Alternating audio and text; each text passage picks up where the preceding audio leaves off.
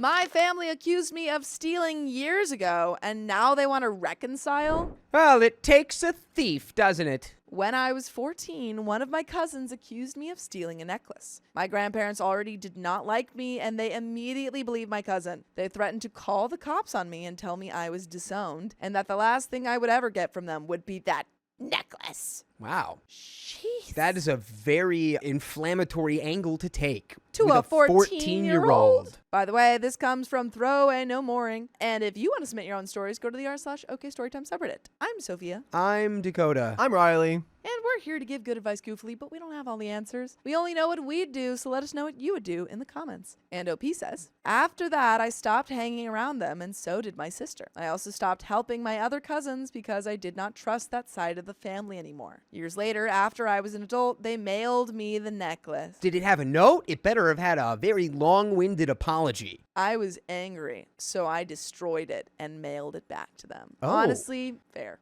Baller move, not Fair. gonna lie. I only put their own address on the box, so I do not know how they knew it was me. They called me right away, and I lied and said I never had it. But then I also started going in on them. I brought up how my grandpa cheated and maybe his hidden family has the necklace. Oh.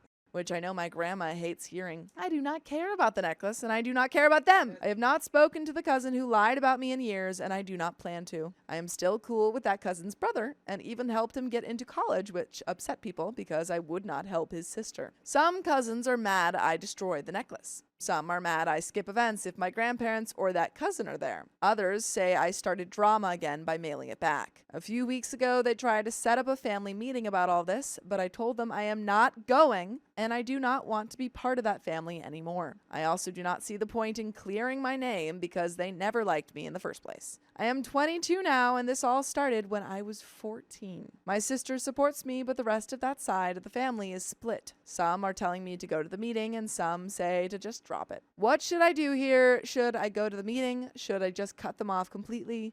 Should I keep ignoring them? And there are some relevant comments, but honestly, what do you think? Because I got some thoughts. Well, 14 is a pretty young age Yeah. to determine that you're Impressionable. just going to cut off your entire family. And it's also... It's not entire It's- family. It's grandma and cousin, or grandparents and cousin. Oh, okay. Yeah. Other family, OP still. Okay. Is connected Well, with. I don't know. It's bad on both sides. It's not about if it's good or bad. It's about is it good or bad for you? You know what I mean? Yes. Like, is it going to give you the most amount of peace in the long run? But, like, clearly... Bottom line is that, like, you were still very affected by the context of all this, and you had a very, emotional response to the necklace being sent back and you sending it back and trying to get under their skin on purpose. So I don't know. I just think you should go to therapy to try to work through it. I think you should go to therapy, and I don't think that you should go to this meeting. Not saying that you should never go to any sort of meeting like this in the future, but I don't think that you are ready for it now because you hold a lot of rage in your heart about this. And I think the only way that you can work through this is through therapy. And I don't think it would be helpful for you or for anyone for you to go to a meeting where you're just going to be angry. Yeah, it's probably just going to create more problems than solutions, I would say. Relevant comments. Comment 1 says, cut them off. You are not interested in a relationship with them, so don't go. You say they never liked you, so why consider going? They were horrible to a 14-year-old. You owe them nothing. Let them keep the people they value in the family. They don't deserve you. OP said, that's where I'm at. I see no point in going. Comment 2 said, I would go to the meeting and not say a dang word. Let them all talk it out. See what kind of BS comes out of their mouths. It doesn't matter if they apologize. Expect you to admit to that. They found out the truth and want to clear things up. Let them amuse you for a night with their crap. When they're all done, get up, turn to them and tell them, I came because you deserve to apologize for your actions, but I am leaving because I respect myself more than I could ever respect any of you. Do not contact me again. Drop the mic and walk out. OP says, that seems like too much work. And it would ruin my night. I would rather play games on my PS5 than talk to them. The meeting is happening tomorrow, so I'm not ruining my weekend because they want to talk. Nothing is going to change even if I did all that. So why go? Comment 3 says, what was the point of mailing the necklace to you now? OP says, I don't know. I think so they can blame me by claiming I always had it, but their plan backfired because they can't blame me for something I never had. OP was wrong for destroying the necklace. Interesting. Before we go into that, it's interesting that OP took that as like they can blame me for having the necklace. I thought it was them being like, sorry, we accused you of having the necklace. Yeah, that's We 100% found what it was. That's what I thought that was. Yes. Which is not, not to say that you have to forgive them for that, but Yeah. I think OP has a totally different take on it. And as like fully grown, like I don't know, like as adults, just sending that with like no other context, Yeah. it's like that's kind of pathetic. Yeah, absolutely. Like really, have something else to say. Well, it seems like they didn't want to own up to accusing OP, and Yeah. they should have been like, if they were really apologetic, they should have been like, hey, we found the necklace. I'm so sorry we did that to you. We should have never done it in the first place, even if you had taken it. Why was it wrong to destroy the necklace? That was my only inheritance and the only thing I received from my grandparents. When it was delivered to my door, it was a gift, and I can destroy my property whenever I want. They aren't good people. That's why I don't want to see them. You not actually saying why destroying my own property is wrong isn't helpful. It just seems like you want me to regret destroying it when I don't, and never will. Because I wanted to. Because it's mine. Why would I have given it away? I enjoyed breaking it, and it cost me $15 to mail it. Calling having fun childish is why I don't regret destroying it. Being bitter means I'm justified because of unfair treatment. OP says, oh no, I treat people who treat me like dirt. And I did think before acting. They can't blame me for both stealing the necklace and breaking the necklace without admitting they mailed it, or knows who mailed it to my house. They will also need to have proof they sent me the necklace, which means they knew I didn't steal it. I can live with being labeled as someone who destroyed his own property when I did that, rather than being labeled a thief for something I didn't do. Why is OP's sister going to the meeting? OP says, my sister is going, but she's a little angry at them because she was also especially kicked out of the family because they didn't want to be near me. If my sister takes their side after this, I will have lost a sister. And there is an update, folks. I didn't like that last sentence. Yeah, I feel like we're letting the rage of all of Yeah. this really sort of consume us, and we're not working through it in a healthy way. No. At all. At all. At all. Clearly, this agree. is like really informed It was the very way traumatic you for you. live Yeah. for the past 8 years. It just feels like a lot of like revenge motivated. Yeah, that's my secret, Cap. I'm always I out for always want to revenge. destroy the necklace. Update says I didn't go to the family meeting about the necklace. That, well, yep, makes sense. 2 weeks later. So I didn't go to the meeting. My sister went instead. I told everyone before I wasn't going because I don't see myself as part of that family anymore, and I meant it. From what my sister told me, it was a mess. My mom actually admitted to everyone that I got the necklace in the mail, so of course they all twisted it like I was hiding something. My sister tried to explain it was the grandparents who mailed it, but then she let slip that I got it only a few months ago, which just made it worse. So now they're acting like I sat on this thing for years and suddenly destroyed it just to stir things up. My dad was different about it. He told me I missed my chance to defend myself, but then he literally took me to a car show in another city while the meeting was going on. On the drive, he told me he didn't want to go either, and that it's smarter not to get caught up in stuff that has no benefit in life. He also said if I ever admit I regret not going, that means I regret going with him to the show, which honestly hit me kind of hard. Aw. He's like, I've trapped you. I got you now. I'll admit, I cried a little when he said that. He saw it, and of course, he made fun of me for it, but weirdly, I didn't even care. At least he was real with me. He's like, oh, you're a man. You're crying. Here come the We're going waterworks. to the car show. As for the necklace, when I mailed it back, I sent it in a bigger box. So when they opened it, the pieces all fell out everywhere. OP, you crazy. I kept some Wild. pieces so it couldn't be repaired anyway, but they're blaming me for how I packaged it. My sister said they were complaining they couldn't find all the pieces, and I'll be honest, I was laughing when she told me that. I don't regret breaking it one bit. After the meeting, my sister told me she's finally done with them too. She didn't want to cut them off before because they were helping her with college, but she realized being tied to them isn't worth it. And that meant a lot to me. I mean, to be honest, to be fair, Yeah. it does seem like they're pretty exhausting if they're also Yes. having an entire family meeting about the broken necklace that They sent they you. ostracized OP over when they Yeah. were 14 Literally. and that they didn't actually steal. I'm like, how much is this necklace actually worth? And do they actually care about Can't it? be worth Because that first much. they like say, oh, OP, you stole our necklace. You're out of the family. And then they're like, oh, actually, we're just going to give you this necklace. So they're giving it away. Yeah, I don't know. I'm calling it's not worth more than like $100. Yeah. I blocked that whole side of the family on everything. even the cousin I once helped get into college. They started texting from his phone in the family chat, so I sent him a message on Instagram telling him I'm blocking him too, and I don't want anything to do with him or his family anymore. He's part of that toxic mess, whether he wants to be or not. By the way, you can be part of our mess. If you listen to full episodes with stories just like this, just go to Spotify, Apple Podcasts, or iHeartRadio and search up OK Storytime. But there's a little bit left to this messy story. Just really quickly, I feel like OP saying crazy. like, well, they're involved with that toxic mess, whether they want to be or not. You are as well. So are you, and you don't want to be. Because this thing is affecting you, like, and having a real impact on your emotional state and your mental processes, like, you are also in it. Yeah. That's just something to understand. Like the fact that he was willing to cut off his sister without any proof that she was on their side. Yeah, that's He's kind of... like, yeah, I'm going to have to cut her off if she comes back and says that she's against me in any way. And we're probably missing a lot of context here as well as to why, you know, this has gotten to the way. There's probably a lot more stuff that has happened. I highly doubt they were just 14 and one time, one thing happens and they get accused of the necklace stealing. Yeah. But it's like there's a lot more context there that probably builds up to that moment that we don't know. Probably.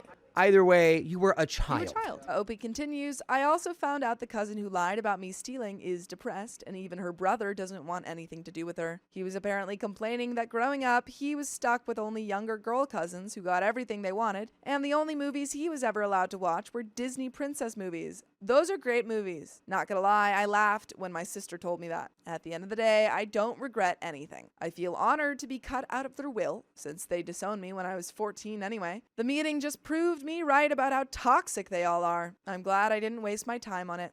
And comment 1 says, everyone in this story but the dad is a bad person. Why the F did you destroy it? Explain how me and my sister are bad in this situation. Also, I listened to my dad's suggestion to go somewhere else other than the meeting. So how am I bad for missing the meeting, but my dad isn't? I destroyed the necklace because it was mine. They gave it to me. Technically, they gave it to me twice. First, they said that it was the only thing I'll get from them. Then they mailed it to me. Why do you think I'm a bad person for destroying my own property? OP on the remaining pieces of the necklace. OP says they think it was a shipping error and trying to find all the pieces, but they won't be able to. I threw the pieces away. Already, it's never getting repaired. Commenter Sue says, was it an expensive necklace or just a kid's one? I'm wondering why they tried to fix it. OP says it was a sentimental amulet given to one of my grandparents. And that is the end of the story.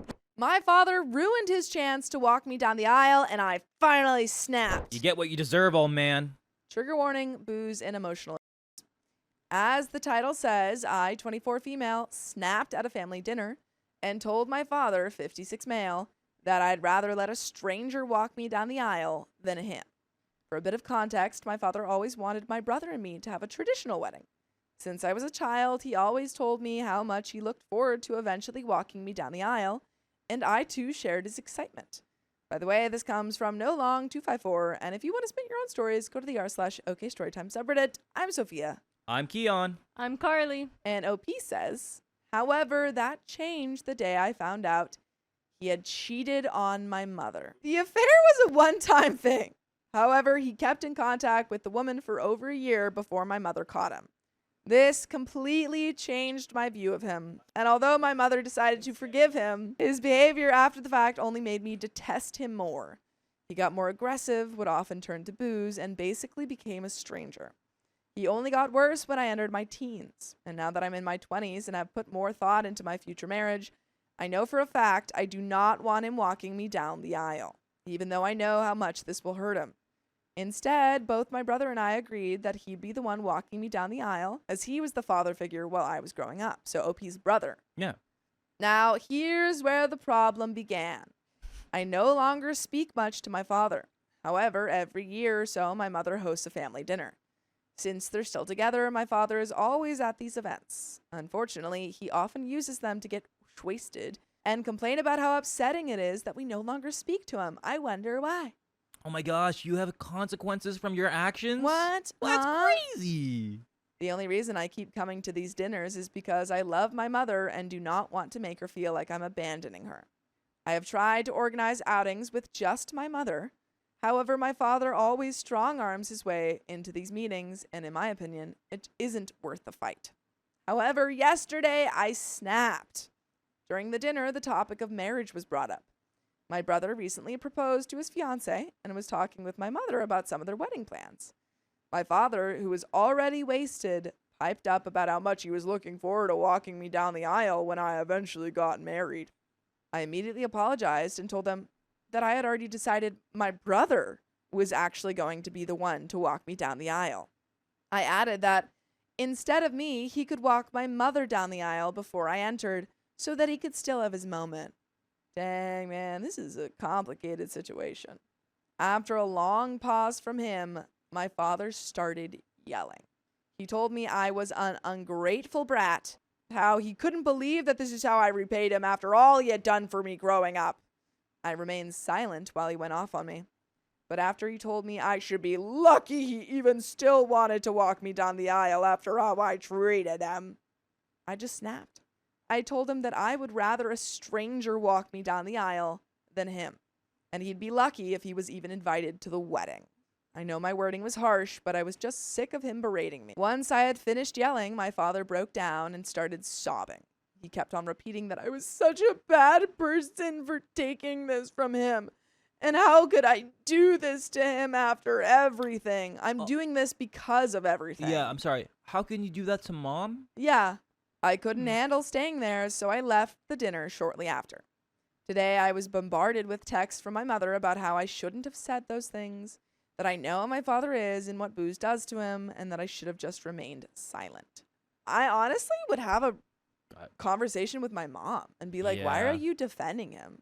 Because not only are you putting yourself through just torment by staying with this terrible guy Mm-hmm. and defending him, but also you're putting me, your daughter, through torment by making us interact with him because you can't leave. My brother is on my side, but I know my mother is right. She is not. I have experienced my father under the influence and know that the best way to handle it is to stay silent. You shouldn't have to stay silent. He shouldn't even be there. That shouldn't be the case in point. What? Still, when he said those things about me, I just couldn't stop myself. So Reddit, am I the a-hole for telling my father I'd rather let a stranger walk me down the aisle and he'd be lucky if he was even invited to the wedding? No. Because that was the truth. And there are some comments, but what do you think? I mean, is it harsh? Yes. Is it true? Yes. Also yes. Yes. It's a harsh truth, OP. Uh-huh. Oh well. Yeah, it sucks for him. Comment 1 says, I grew up with a heavy drinker father, and that is not an excuse for his behavior or lashing out. He screwed up so badly over so many years, your father needs to get his act together, and he is not owed anything by you or your brother. OP says, my brother and I tried to convince him when he was sober to consider rehab. My mother doesn't want him to go because that is where he met his affair partner. That's And crazy. he doesn't want to go either, as he claims it didn't help him the first time. It Your helped him mother cheat. needs to divorce him. Yeah, it helped him cheat. Yeah. That's crazy. I often find myself considering just cutting him out of my life. Then I have no way of knowing if my mother is safe. I don't trust my father with her. Comment 2 says, you will have to cut your mother off too. She chose to stay with a heavy drinker, emotionally harmful man. You don't have to. I have been no contact with my father for over 10 years, and it's okay. I'm happier because I don't have to walk on eggshells, and I'm married with my own little family. You can love people, your mom, from a very far distance. And there is an update, but I would agree with that comment. Yeah. I don't think it's worth putting yourself through the trauma of having to have a relationship with your father. Your mom, unfortunately, she's not in a good relationship, but did make her choice. And I think you can kind of say, hey, I'm here for you if you ever want to be in my life. I cannot have dad in my life. Yeah. And If you want to hang out, he cannot be there. and guess what? Your brother's there. Your brother is there. Yeah. And you guys have each other. Yeah, It's I think you okay. just need to put up really strong, hard boundaries. And hopefully your mom will realize that this is a really bad situation. Yeah. And there is an update. It's been about 2 days since I told my heavy drinker father he wouldn't be the one walking me down the aisle. And since then, things have only got worse for me and my brother. Reading all of the comments helped me realize my mother, although she shielded us from most of the toxicity, was still an enabler and showed no signs of ever stopping my father's behavior. However, she is still my mother, and I didn't want to immediately jump to no contact. I talked it over with my brother, and we decided it would be best to have a final conversation with my mother alone. I finally answered her texts, basically telling her we needed to talk without my father present and that if he did show up, I'd leave and have to consider going no contact. She agreed to the arrangement, and we decided to meet up at a nearby cafe for lunch at my request. I arrived first, and my mother came about 15 minutes later with, you likely guessed it, Out. my father in tow. You- And then you leave. Then you and leave. Then you leave You immediately. literally said, if he Yeah. comes, I'm going no contact with you.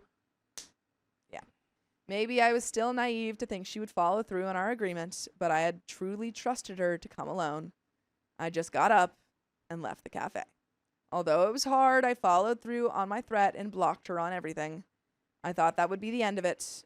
However, this morning she showed up at my doorstep, this time without my father.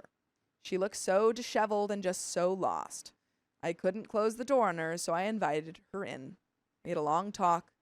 I told her about how much hurt her behavior had caused my brother and me, how my father would still be cut out of our lives until he was at least a year sober, and that she needed to finally start encouraging him to better himself or leave him. Otherwise, we'd also be going no contact with her. I told her that if she did ultimately decide to divorce him, both me and my brother would be there to financially and emotionally support her. We ended up talking for about 2 hours, the majority of which was spent mostly crying. During the talk, my mother revealed the real reason she wouldn't leave my father. She was the one who had an affair first. Oh. Oh. Complicated. It was with a coworker at her old waitressing job. Instead of dumping her, my father told her they could stay together if she would follow his rules. Basically, he was allowed to have at least one hall pass. She couldn't talk to anyone of the opposite gender, and she had to quit her job and give him full access to her finances. By the way, you have full access to listen to full episodes of stories just like this. Oh, just go to Spotify, Apple Podcasts, or iHeartRadio and search up OK Storytime. This Wow. was literally the eye for an eye thing. I mean, and he's controlling her completely. this is all sorts of bad. Terrible. Like, this is a very, very harmful relationship. I feel like this should have been explained to the kids a long time Well, ago too. I mean, she She was convinced that she was the guilty party, and so she let him do whatever. And so Yeah. she's, like, I have to stay because it's my fault, and he's getting away with so much because of that thinking. But that's not an excuse for. No, oh, not at man, all. That's That's just her crazy. thinking. Oh yeah, I really hope that she gets out of this relationship because it's This so is- unhealthy. Yeah, it was. Yeah, it's all. Oh wow. Ooh. If she broke any one of his rules or tried to leave, he'd tell her family, who were extremely against cheating. Ugh.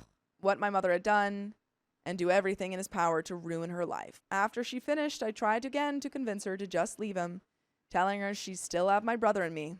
The revelation that my mother also cheated has hurt me deeply, but at the moment, I still just want her to leave my father.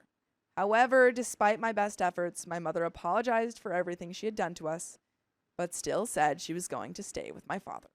I have now lost both of my parents and have been a sobbing wreck all day. It's not what I wanted from this situation, but at least I still have my brother. Hopefully I will eventually be able to move on, but for now, I think I just want to rest. Yeah, I mean, OP, Oof. take your time. You have your brother, but it is really a really heartbreaking loss that you've just experienced. And also just finding out all of this other information about your parents' relationship is devastating. That's a huge Yeah. bomb. Wow. Definitely therapy if you can, For everyone. but Everyone needs yeah. it. Oh my goodness. Yeah, your father's a terrible person. Yeah. Wow. My friend decided to hide her pregnancy. Now I want to meddle. Stop meddling. Trigger warning, brief mention of pregnancy termination. By the way, this comes from No Horse 8196, and if you want to submit your own stories, go to the r/OKStorytime subreddit. And I'm Angie. I'm Sophia. And OP says, a close friend of almost 10 years informed me yesterday that she is 7 weeks pregnant. I am beyond excited for her. I have a 3-month-old who she's been a wonderful aunt to, and I can see that she's going to be a wonderful mother. But admittedly, I was confused. She had gotten out of her long-term relationship about 6 months ago. We tell each other pretty much everything. I knew she'd had a one-night stand, but that was 3.5 months ago, so the dates didn't add up. After being excited and gladly telling her that I'll have so much stuff to give her that my daughter outgrows, I asked who the father was.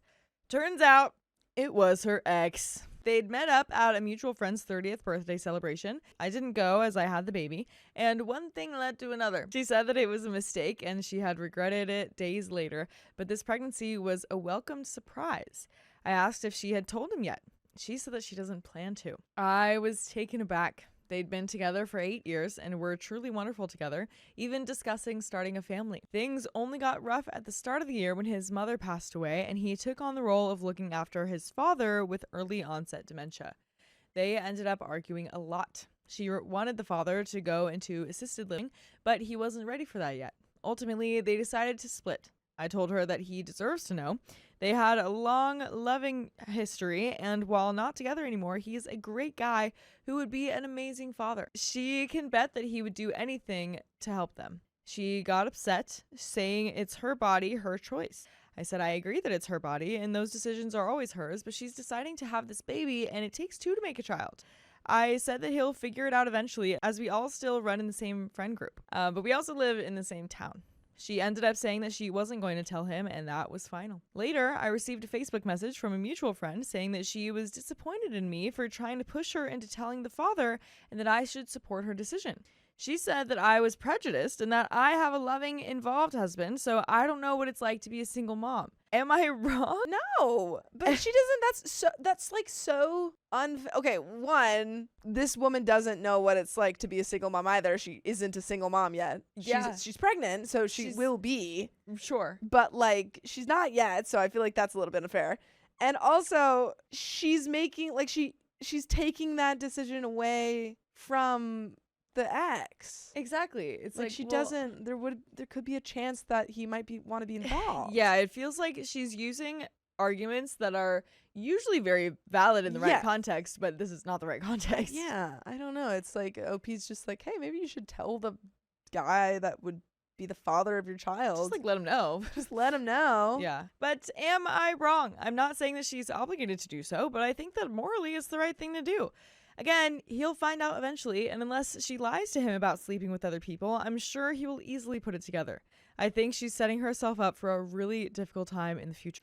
My husband and her ex are friends who talk regularly. I haven't told my husband yet. I know that he will tell him right away if I do. In the almost 10 years that I've known her, she's always been an open book and open to tell you exactly what she thinks. She's the type to tell strangers on the train her whole life story if they said hi in passing.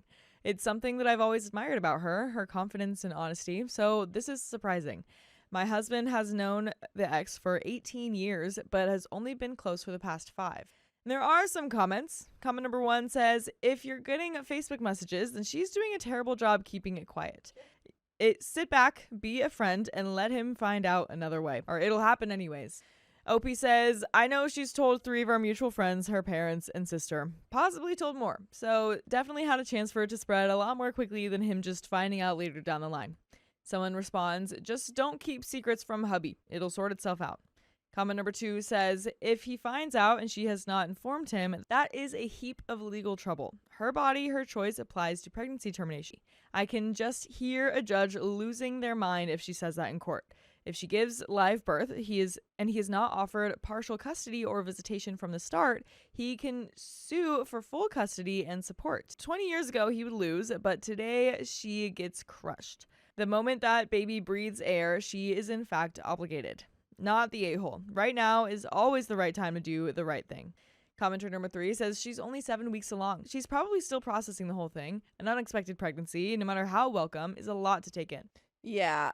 I was going to say, like, I do think that OP should, why don't, yeah, like, is there want to anything tell else him? or Is there anything that happened? right, or just like see if you can get to the bottom of it. Yeah, maybe like wait a little bit, just friend for now, and then maybe you can bring it up again. Yeah, be like, hey, like I'm not. You got 9 months. Yeah, you don't. It doesn't have to even have to be like, you should tell him, blah blah blah. It can just be, hey, I'm not gonna pressure you to do anything. Yeah. But why don't you want to? Right, because the change in personality doesn't feel like a thing of like, oh, I don't know this person anymore. It just kind of, it definitely is because like, having some going through some changes when creating a child. Yes, and also it could be somewhat hormonal. So this is what she's saying now. She very well may change her mind as things progress, and she has a chance to think. Not the a-hole for your opinion, but right now, give her the space to process this, and chances are she will likely tell him. You need to back off for now. And there is an update. Let's just jump right into it. A few days after finding out my friend is pregnant and isn't planning on telling the father, her ex, my husband comes home from work. Friend's sister came into work today. She asked what we'd be passing on to friend baby-wise, so she knew what not to get for gifts. Did you know she was pregnant? No, because she's trying to keep it a secret because he knew he wasn't good with secrets. I told him that she had told me a few days earlier, and I was going to tell him after her NIPT results were back. I was planning on letting my friend know that I was going to tell my husband, even though she never actually asked me not to. She actually never asked me not to say anything to anyone, but I'm sure it was silently implied. I hadn't even really finished saying that I knew when he says, "It's her ex's, isn't it? He told me that they hooked up at a mutual friend's party last month. Does he know?" So I told him all that I knew and what I had told my friend. He looked at our daughter and said, "He's going to find out eventually. If not from her, I feel it should still come from a friend, at least so he knows that we haven't all lied to him."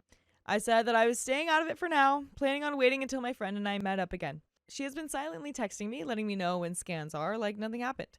I was going to talk with her again, asking why she feels the way she does, talking more logistically than morally. At the end of the day, I will respect her decision if it's final, but let her know that it's likely a bad one. If she didn't want to talk, then I was going to leave it at that, but let her know if there are any bad situations that arise from this. I am staying out of it entirely. I said it was up to him what he wanted to do for the ex. He said that he figures if my friend's sister is happily chatting away, it can't be that big of a secret, and he's going to mention it next time that he and the ex talk. He said he probably won't outright say that he knows he's the father, as he figures the ex will realize pretty quickly. He also said that if sides are to be chosen, he would pick the ex 100%. And by the way, I hope you always pick us and listen to full episodes with more stories just like this one. Just go to Spotify, iHeartRadio, Apple Podcasts, or whatever your favorite podcast app is. Just search OK Storytime. And there is a little bit more to the story, but, I think this is kind of all they can do. Yeah.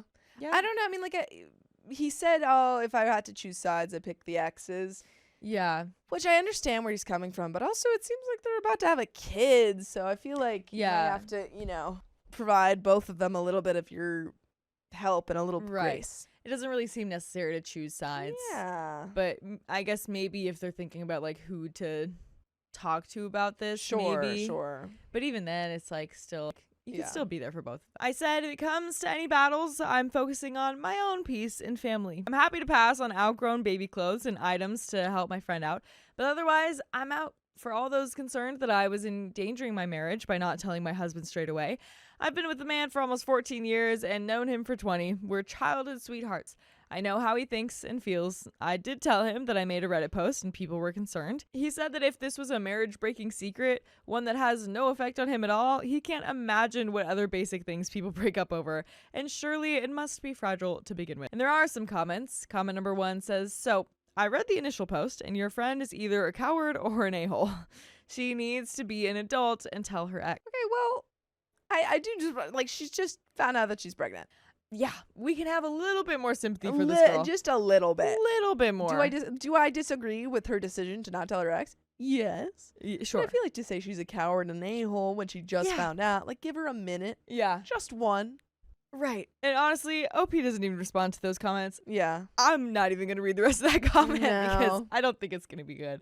No. I think, a lot of people just jump to conclusions on online. Yeah. So I think this is definitely no exception. Yeah. So. I think at the end of the day, there's not much you can do. Yeah. I think he'll probably, if your husband just found out, this ex is probably going to find out. Yeah. I think, it's hash it out. Exactly. It's not a bad decision to, choose yourself if any fights break out or anything like that. But until that happens, I don't think you need to freak out about it. Even if it is something that you disagree with morally, it doesn't seem like something that's so immoral to break a friendship over. Yeah. Or to not be friends with someone over. Well, I mean, I guess it depends on how close they are with the ex.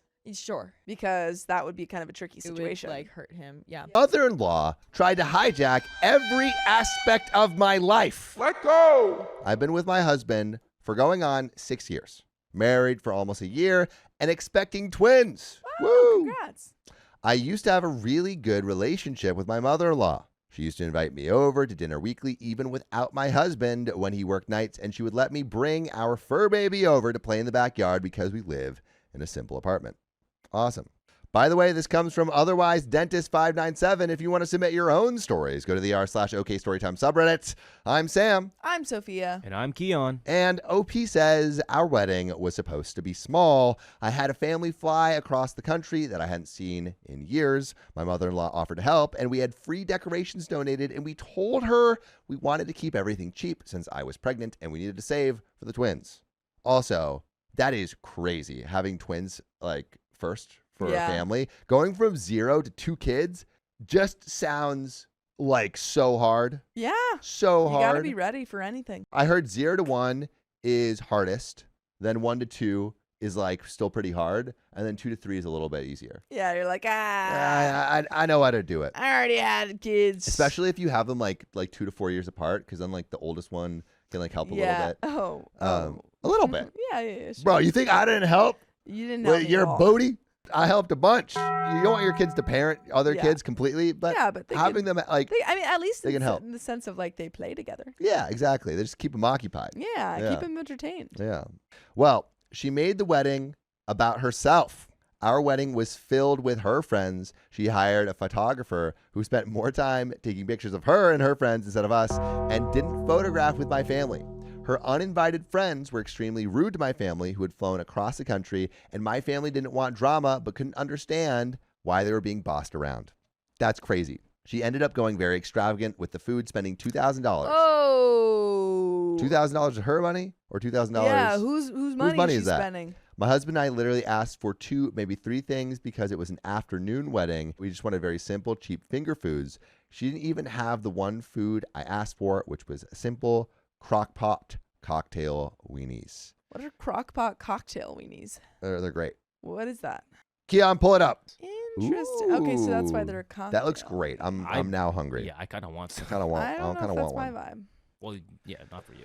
She even made a whole wedding post on Facebook about all the food she had and the pictures she took with her friends, and there was not a single one of me or my husband, the bride and groom, in the wedding post. That's crazy. Wow. She literally just threw a party, Yeah. potentially on your dime. She threw a party for herself Yeah, that's crazy.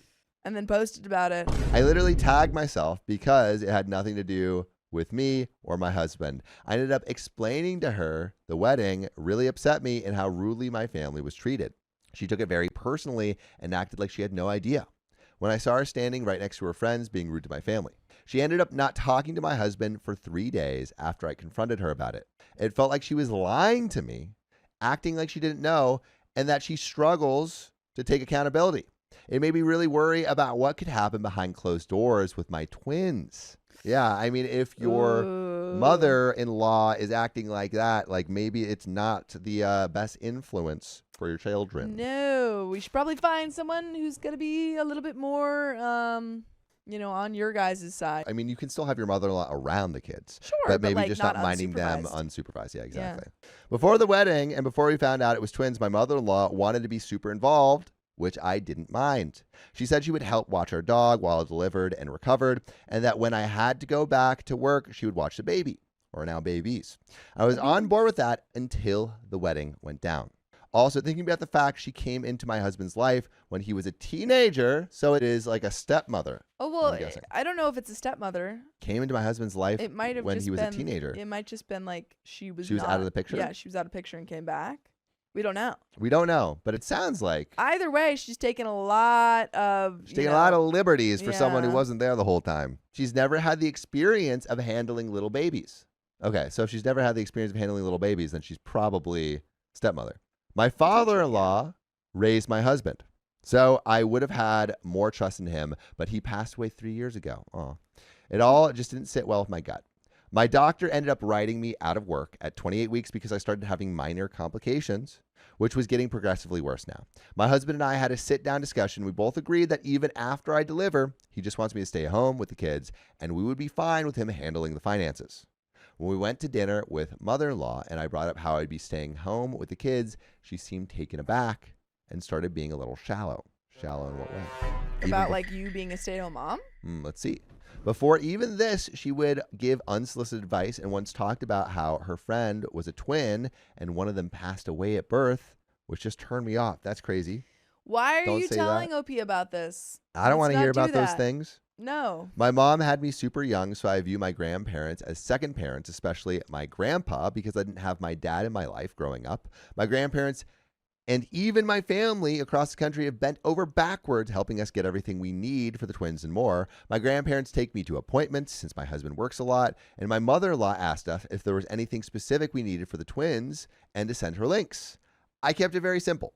A bottle, washer, sterilizer, bottle warmer, and bottles. I attached multiple links and said the only thing we really wanted was the bottle washer sterilizer because it's expensive, but with twins and me planning to exclusively pump, we would need it. Last time we went over to her house, she was flaunting how she bought an extremely expensive sofa, so I didn't think asking for a bottle washer sterilizer would be an issue. I see you, it's probably going to be an issue. Oh, I think she's going to make a big stink about it. She ended up leaving my message on delivered for over a month. What is her angle? What's here? her deal? I feel like What she are you wants doing? she wants to mind your kids, but then leaves you on red and like wants Says to help all you your throw a kids might wedding, but pass wants you away. to wants the wedding to be actually about herself. This is a little weird. Fast forward to now, I only have about less than a month left in this pregnancy. I mentioned to my husband how I needed to know if she wasn't going to get the things I messaged her about because then we'd need to get them ourselves. I didn't want to worry about it being postpartum. He messaged his mother-in-law and said she ordered the bottle washer sterilizer. Come delivery time, it wasn't it, just a sterilizer. What? My husband said she claimed I didn't send her the links, but I showed him my phone. He told her I was very clear in my message. We have to return it, and now she wants us to go out of our way to return it while I'm on bed rest with complications. Wait, what sterilizer of what? What did she buy? I'm confused. I feel like maybe it was like a baby bottle sterilizer and she only got like a sterilizer for something else. I don't know. Regardless, it wasn't the right thing. What does it sterilize? I don't know. Maybe it just got like hand wash. Yeah, Here's the sterilizer you wanted. No, wait, she just bought like Hand sanitizer, yeah. That's Bloop, really bloop. funny. Yeah, just put this in the bottle. Babies It'll love be it. fine. Babies love it. 99% alcohol. Never cries. I It fed never your cries, goes husband. right to sleep. I ended up making a boundaries post about how I want things to go after delivery. Basically, I don't want anyone in the waiting room for us. We will have visitors when we're ready, and I didn't want people showing up to our home. I ran it by my husband before posting to make sure we were on the same page, and he agreed. She ended up calling my husband, asking if she could wait in the waiting room to stay updated. I snapped and said no. I literally made a clear post about it and that I thought she was going to help us by watching our dog while I delivered. In the phone call, I overheard her say how when I deliver, she was going to take time off work for one-on-one time with the girls. And I laughed and told my husband, absolutely not. No one is getting one-on-one time with our tiny newborns except for us. Certainly not Mama, who constantly critiques Yeah. and buys the wrong things. Yeah, you can't be trusted, Mama. My husband asked her again how we actually just needed her help watching our dog, who was very well behaved. We had a kennel and everything ready, and it would be only for 2 days max. She's now refusing to watch our dog. Do you want to help or not? She's like, no, I don't, not that much. Saying she can stay at her apartment or just come over and let him out. I told my husband I absolutely do not want her in our apartment. It's a 1-bedroom, and we converted our sunroom into a nursery. I don't want her sleeping in our bed. Our sofa is too small, and I don't want to worry about her going through our things. She told my husband she doesn't want our dog at her house without him there, which was weird to me. Over the course of a relationship, she would go on vacation countless times, and I would have to dog sit for her for weeks on end. Yet the one time we need someone to watch our dog, it's an issue. Yeah, because anytime you want her to do something, Well, she just makes it about her. yeah, She's like, I don't want to help you to you. do I stuff. just want to spend time with your I little want kids. babies, Yeah, and I I want want you babies. to help me when I have things. My husband and I now agreed that we don't want to leave our dog in a kennel overnight. My husband doesn't want to board with him because he has separation anxiety from us. So when I deliver, he's going to have to go back home a lot to take care of him, which upsets me because it leaves me alone in the hospital. The other day, I had to go to the ER for pre-eclampsia, and hypertension. Keon, can you tell us what that is? Yeah, I'll take it. Ooh, Take it. it's just like things that, can develop after the babies. Yeah, what is it? Preeclampsia is a pregnancy complication characterized by high blood pressure and protein in the urine. Is it that bad? Is it fine? It's, Yeah, it needs to be treated, Yeah. but it it's needs like to be chilling. treated, but it's I still think like it's pretty treatable, but it's it's still like Yeah. a complication that you don't want. yeah, you don't want that. And I was bawling because I hated being alone at the hospital when all I wanted was him there with me. I feel like the only reason she's refusing now is out of spite. And Kamari Jade says severe high blood pressure. And there's a couple symptoms with it, other than the high blood pressure, but it's swelling in the hands, feet, and or face, severe headaches, vision changes, abdominal pain, and seizures maybe. Whitney Anderson says it's bad. Supernova says it's so dangerous. Okay, jeez. Like she's trying to find a loophole around my boundaries to either stay at our apartment or be at the hospital. I'm very firm on my boundaries. These are my first babies, and I don't even know how birth is going to go with the twins. She keeps asking my husband if I know the day I'm getting induced yet, and I swear, if she shows up at the hospital, I will immediately have staff ask her to leave. Yeah. Do we think she's going to show up at the hospital or at home? I think that she's going to show up wherever she wants to show up because That's she true. doesn't care about doesn't what care other about anyone. people want. Yeah. It's only what she wants. Ugh, this mother-in-law is no good. I want to know, like, Sophia, what would you do? Setting boundaries is like saying all the right things to mother-in-law, saying like, hey, like, Yeah. do not show up. And is there anything else that you could do? I think the it's not really an OP versus mother-in-law thing. It's OP's husband. It's hubby. I feel like the husband has been oddly quiet in this story. Yeah, that's what I'm saying. We haven't Yeah. heard anything really about like the conversations he's had. Yeah. And I think he either needs to have a Step very up. serious conversation with her or limit contact Yeah. a lot. He needs to step up. Maybe he is, and we're just not hearing it, but it doesn't sound like he is. Yeah. I don't know. Let us know in the comments what you think OP should do. This whole pregnancy since the wedding, she has never asked me how I'm doing or how things are going. She hasn't been helpful, just adding more stress. I've been to the ER multiple times with complications, and only once did she check on me. And even then, she had her mother call me instead of doing it herself. I do updates on Facebook about pregnancy to keep everyone updated since I have a family all over the country. Everyone is appreciative of those updates and no one complains. I don't reach out personally except my mother-in-law. She tries to play oblivious to my posts even though I know she sees them. She just stopped liking them and instead blows up my husband's phone claiming she's trying to stay updated when she could easily just reach out to me. This whole thing has gotten under my skin and I didn't want it to go all the way, but it did. My husband has even been seeing how she's playing oblivious and he's been scratching his head about that and I'm just over it all. Bruh, you gotta do more than scratch your head. Stop scratching your head. You got to do some action. Like, oh, that sounds crazy. I think you need to face it head on. Head on. Learn from Amy.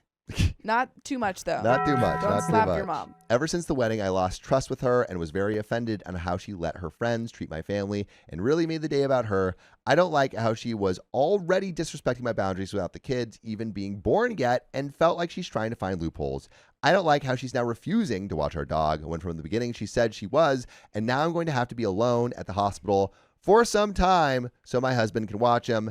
And I don't want to be alone without you listening to episodes just like this on our podcast, OK Storytime. Search OK Storytime on Spotify, Apple Podcasts, or iHeartRadio, or wherever you get your podcasts. Yeah. Do you not have anyone else that could take this dog?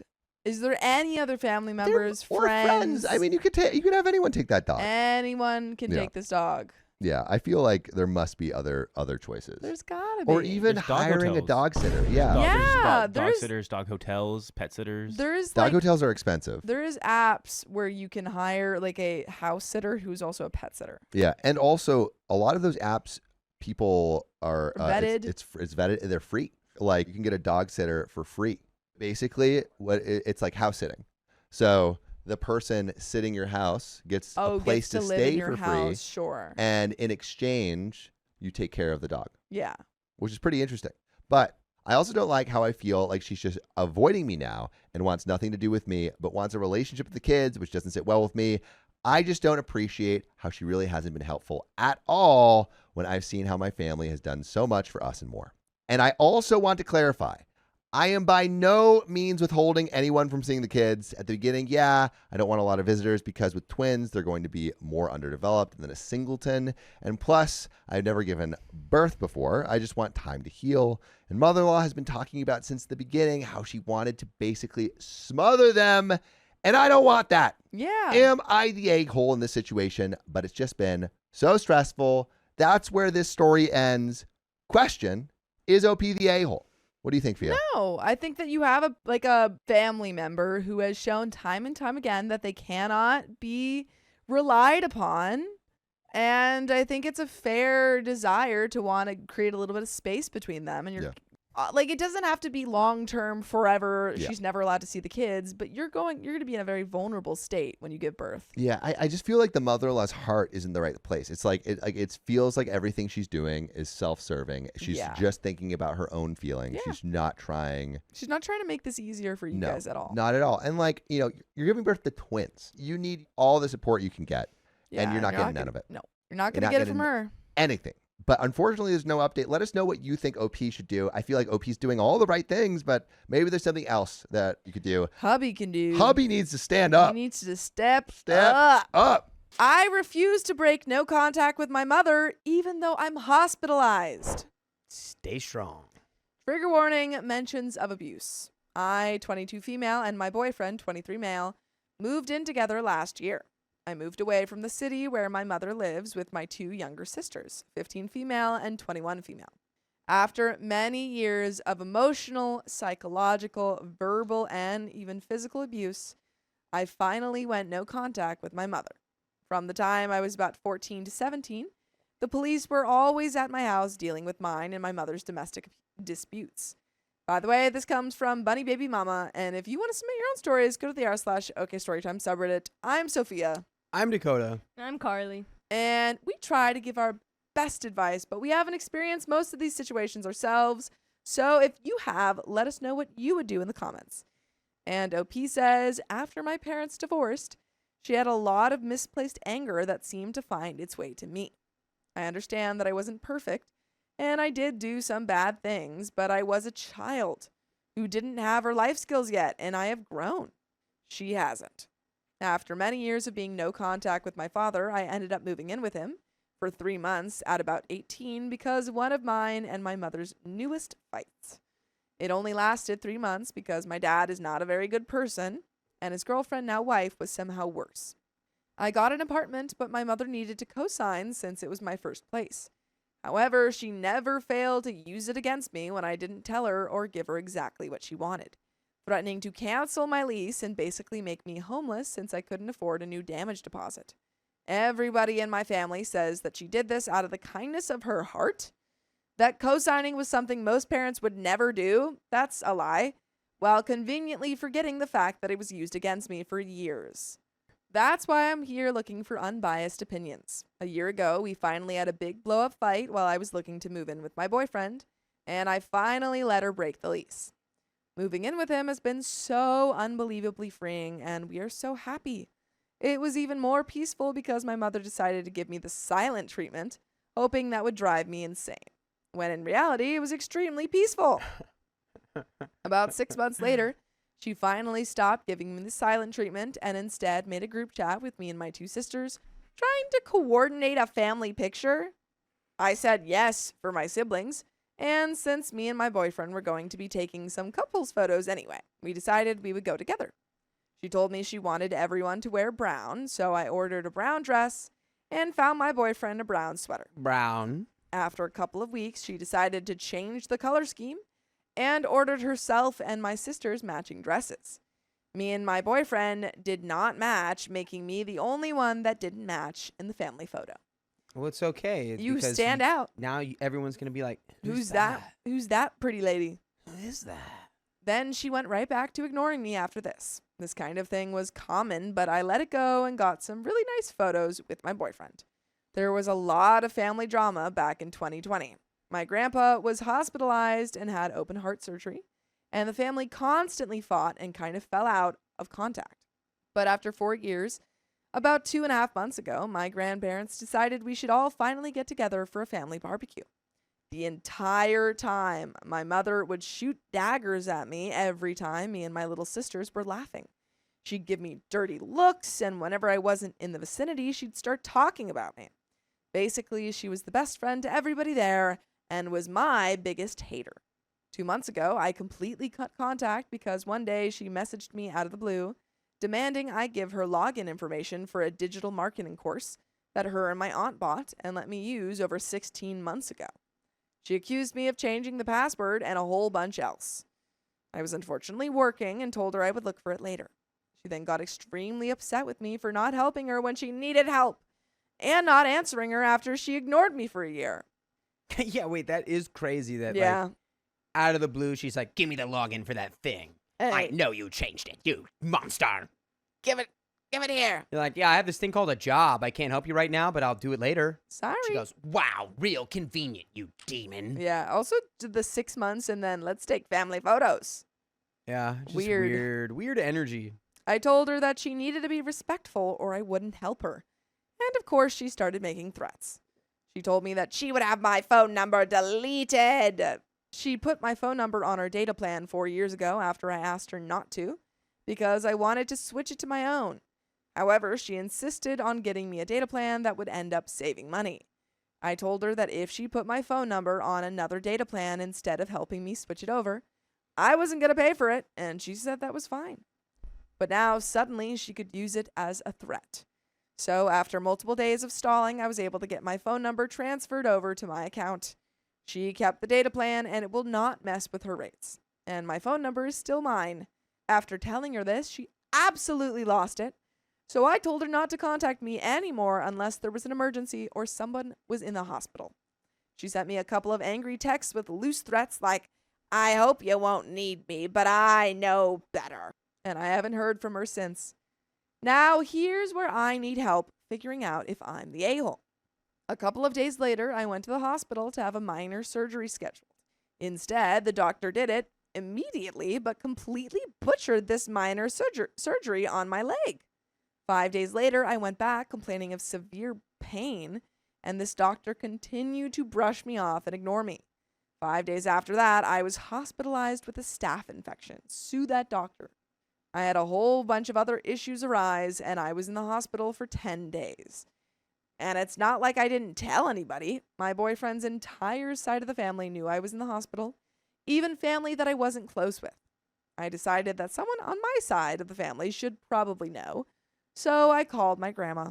She asked me if I was going to tell my mother, and I told her no, and explained why it was so complicated. She told me I was being silly and I needed to be an adult and tell her because that's what adults do. Adults do whatever they want. Obi doesn't have to call her mom. She's an adult. She's an adult. After a bit more back and forth, she dropped it. I asked her not to tell them since my little sister's birthday was the next day and I didn't want her to worry on her birthday. She argued and told them anyway. Throughout my hospital stay, I was constantly giving my grandmother updates. Every time she would tell me I needed to contact my mother and tell her I was in the hospital. And when I told her that talking to my mother was the last thing I wanted to do while I was high on pain medication, and the argument was still fresh, she told me I needed to be an adult and do the adult thing. She would not let this go. But my mother is also an adult. Is Why she is not she not supposed doing to adult do thing? The adult thing? Also, the adult thing here is for you to stop telling me what to do, because I'm an adult. I'm an adult. You can't boss me around. But that's why I called her. I did inform somebody. I did do the adult thing and told people I was in the hospital. And because she told my mother and my sisters, they already knew. But for some reason, I guess I didn't tell the right people.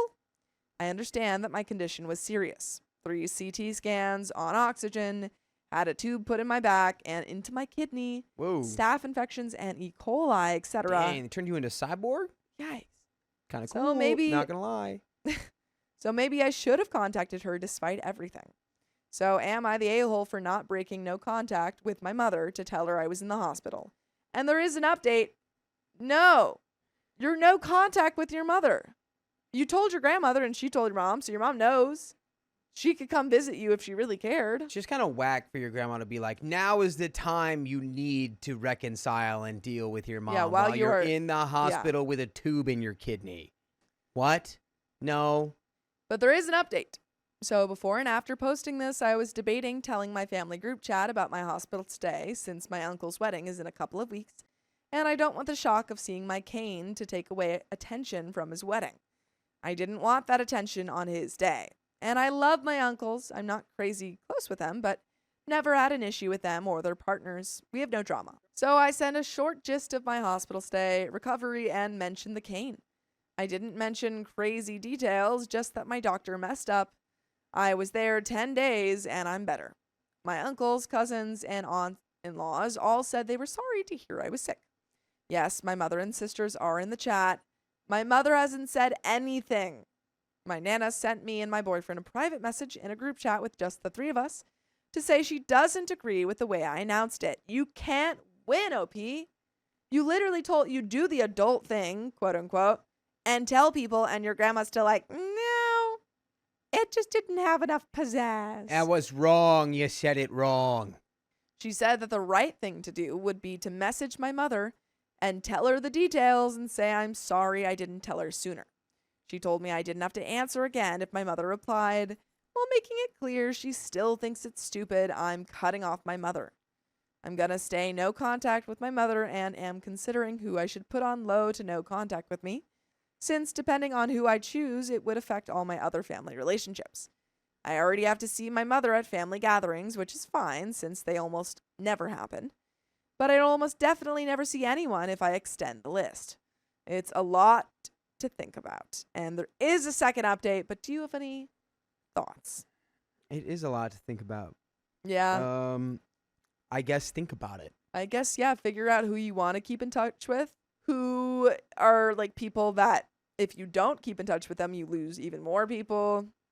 You got to think about the politics. I guess, it should be simple politics, though.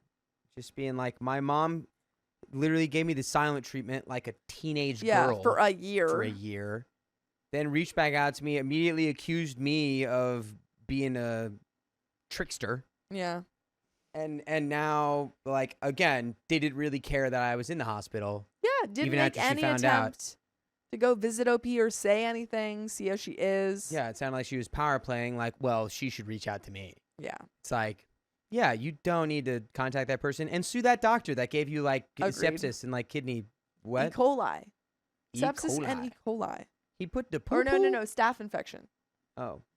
Update 2. I've had a lot of people tell me I should cut off my uncles and not go to the wedding because they never defended me.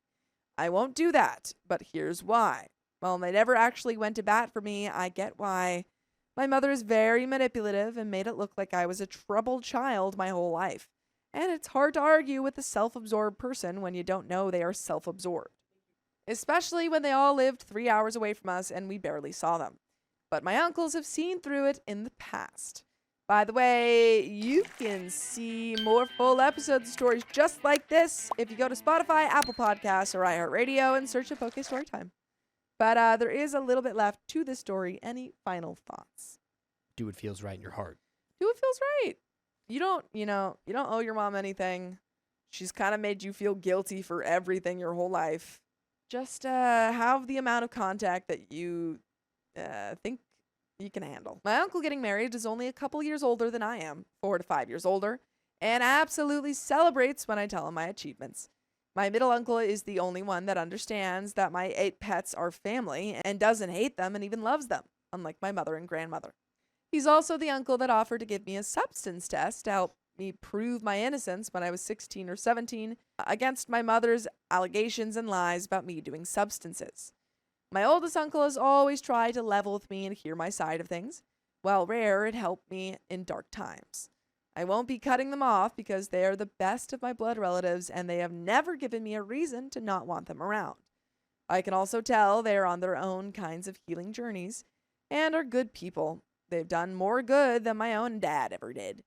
And that is the end of that story. And there is another story coming up, but good luck, OP, with your mom, and hopefully you can kind of limit contact with your mom and grandma, because they think they know how to, run your life and you just got to say, no, I'm making the choices here because it's my life. And There's skedaddle. a new sheriff in town. New It's sheriff me. in And town. also, I've been the sheriff this whole time. My boyfriend inherited a house, and it's burying us in debt. Well, grab a shovel, honey. Trigger warning for substance dependency, and this comes directly from the r/OK Storytime subreddit. So, me, 30 female, and my partner, 30 male, have been together for 7 years, living together for 5. Our relationship is beautiful, and we care very much for each other. Right now, I'm in desperate need of advice on this matter. By the way, this comes from Cianofa Inversion. And if you want to submit your own stories, go to the r/OK Storytime subreddit. We're here to give good advice goofily, but we don't have all the answers. We only know what we do, so let us know what you would do in the comments. And OP says, we are from the same country, but met abroad while working together. After being friends for a while, we started dating, and we've been together ever since without any major problems. We rarely fight. We are both laid back. We basically hate drama and fights. We share fundamental values like political views, being child-free, having lots of pets, and not really being interested in marriage. Dude, seems like y'all are perfect for each other. All right, we're starting pretty strong here. We also bonded because we both like to smoke devil's lettuce and don't go out that often. We like staying home and chilling. I've always been the one that worries about finances, and I feel more comfortable knowing that we are not struggling. Being rich is not our goal, but I stress a lot if we need to ask for help. We were living our best life in the country where we met. We were living paycheck to paycheck, but we also treated ourselves often, and we never had any debts or needed economic help. Suddenly, in 2022, we had to return to our country because his father's health was declining, and not long after, he passed. It was difficult for both of us since we returned without jobs and without savings. He inherited the 200 square meter house. His parents were divorced and he's the only child, and his father's savings. I found a good job and I've been working part-time since then because it's the best option for us with many pets to take care of. We split chores equally. He cooks, I clean, since I'm a terrible cook and he's a terrible cleaner. We both pay bills and groceries according to our income. He didn't work for 1 full year because of the trauma of losing his father and the disgust of being back in this country. Even though I was worried, I understood and didn't push too much for him to go back to work. For 1 year, my low income was the only one. We finished his dad's savings and then he found a good full-time job nearby. The main issue, we kept our lifestyle of chillin' and smoking daily even though our incomes were way lower. I know, stupid behavior. When he inherited the house, he also inherited the mortgage calculated on his father's high income. The bank messed up the succession practice and it took over 2 years to complete, all while we were paying a monthly mortgage way too high for our pockets. The mortgage was still under his father's name, and my boyfriend had to email the bank every month to know the variable rate. After fighting with the bank, we decided to stop paying temporarily so maybe they would wake up and do their job faster. It worked. Surprising. Wow. I was about to say that's probably not going to work. The early bird makes the worms. And we are at 90% completion now. But this took a toll on us, and I had to get a loan to pay what we owed and avoid delays since I care very much about having a good credit score. I also have a car loan and need to pay back my parents who helped me buy it. $10,000 is a lot for me.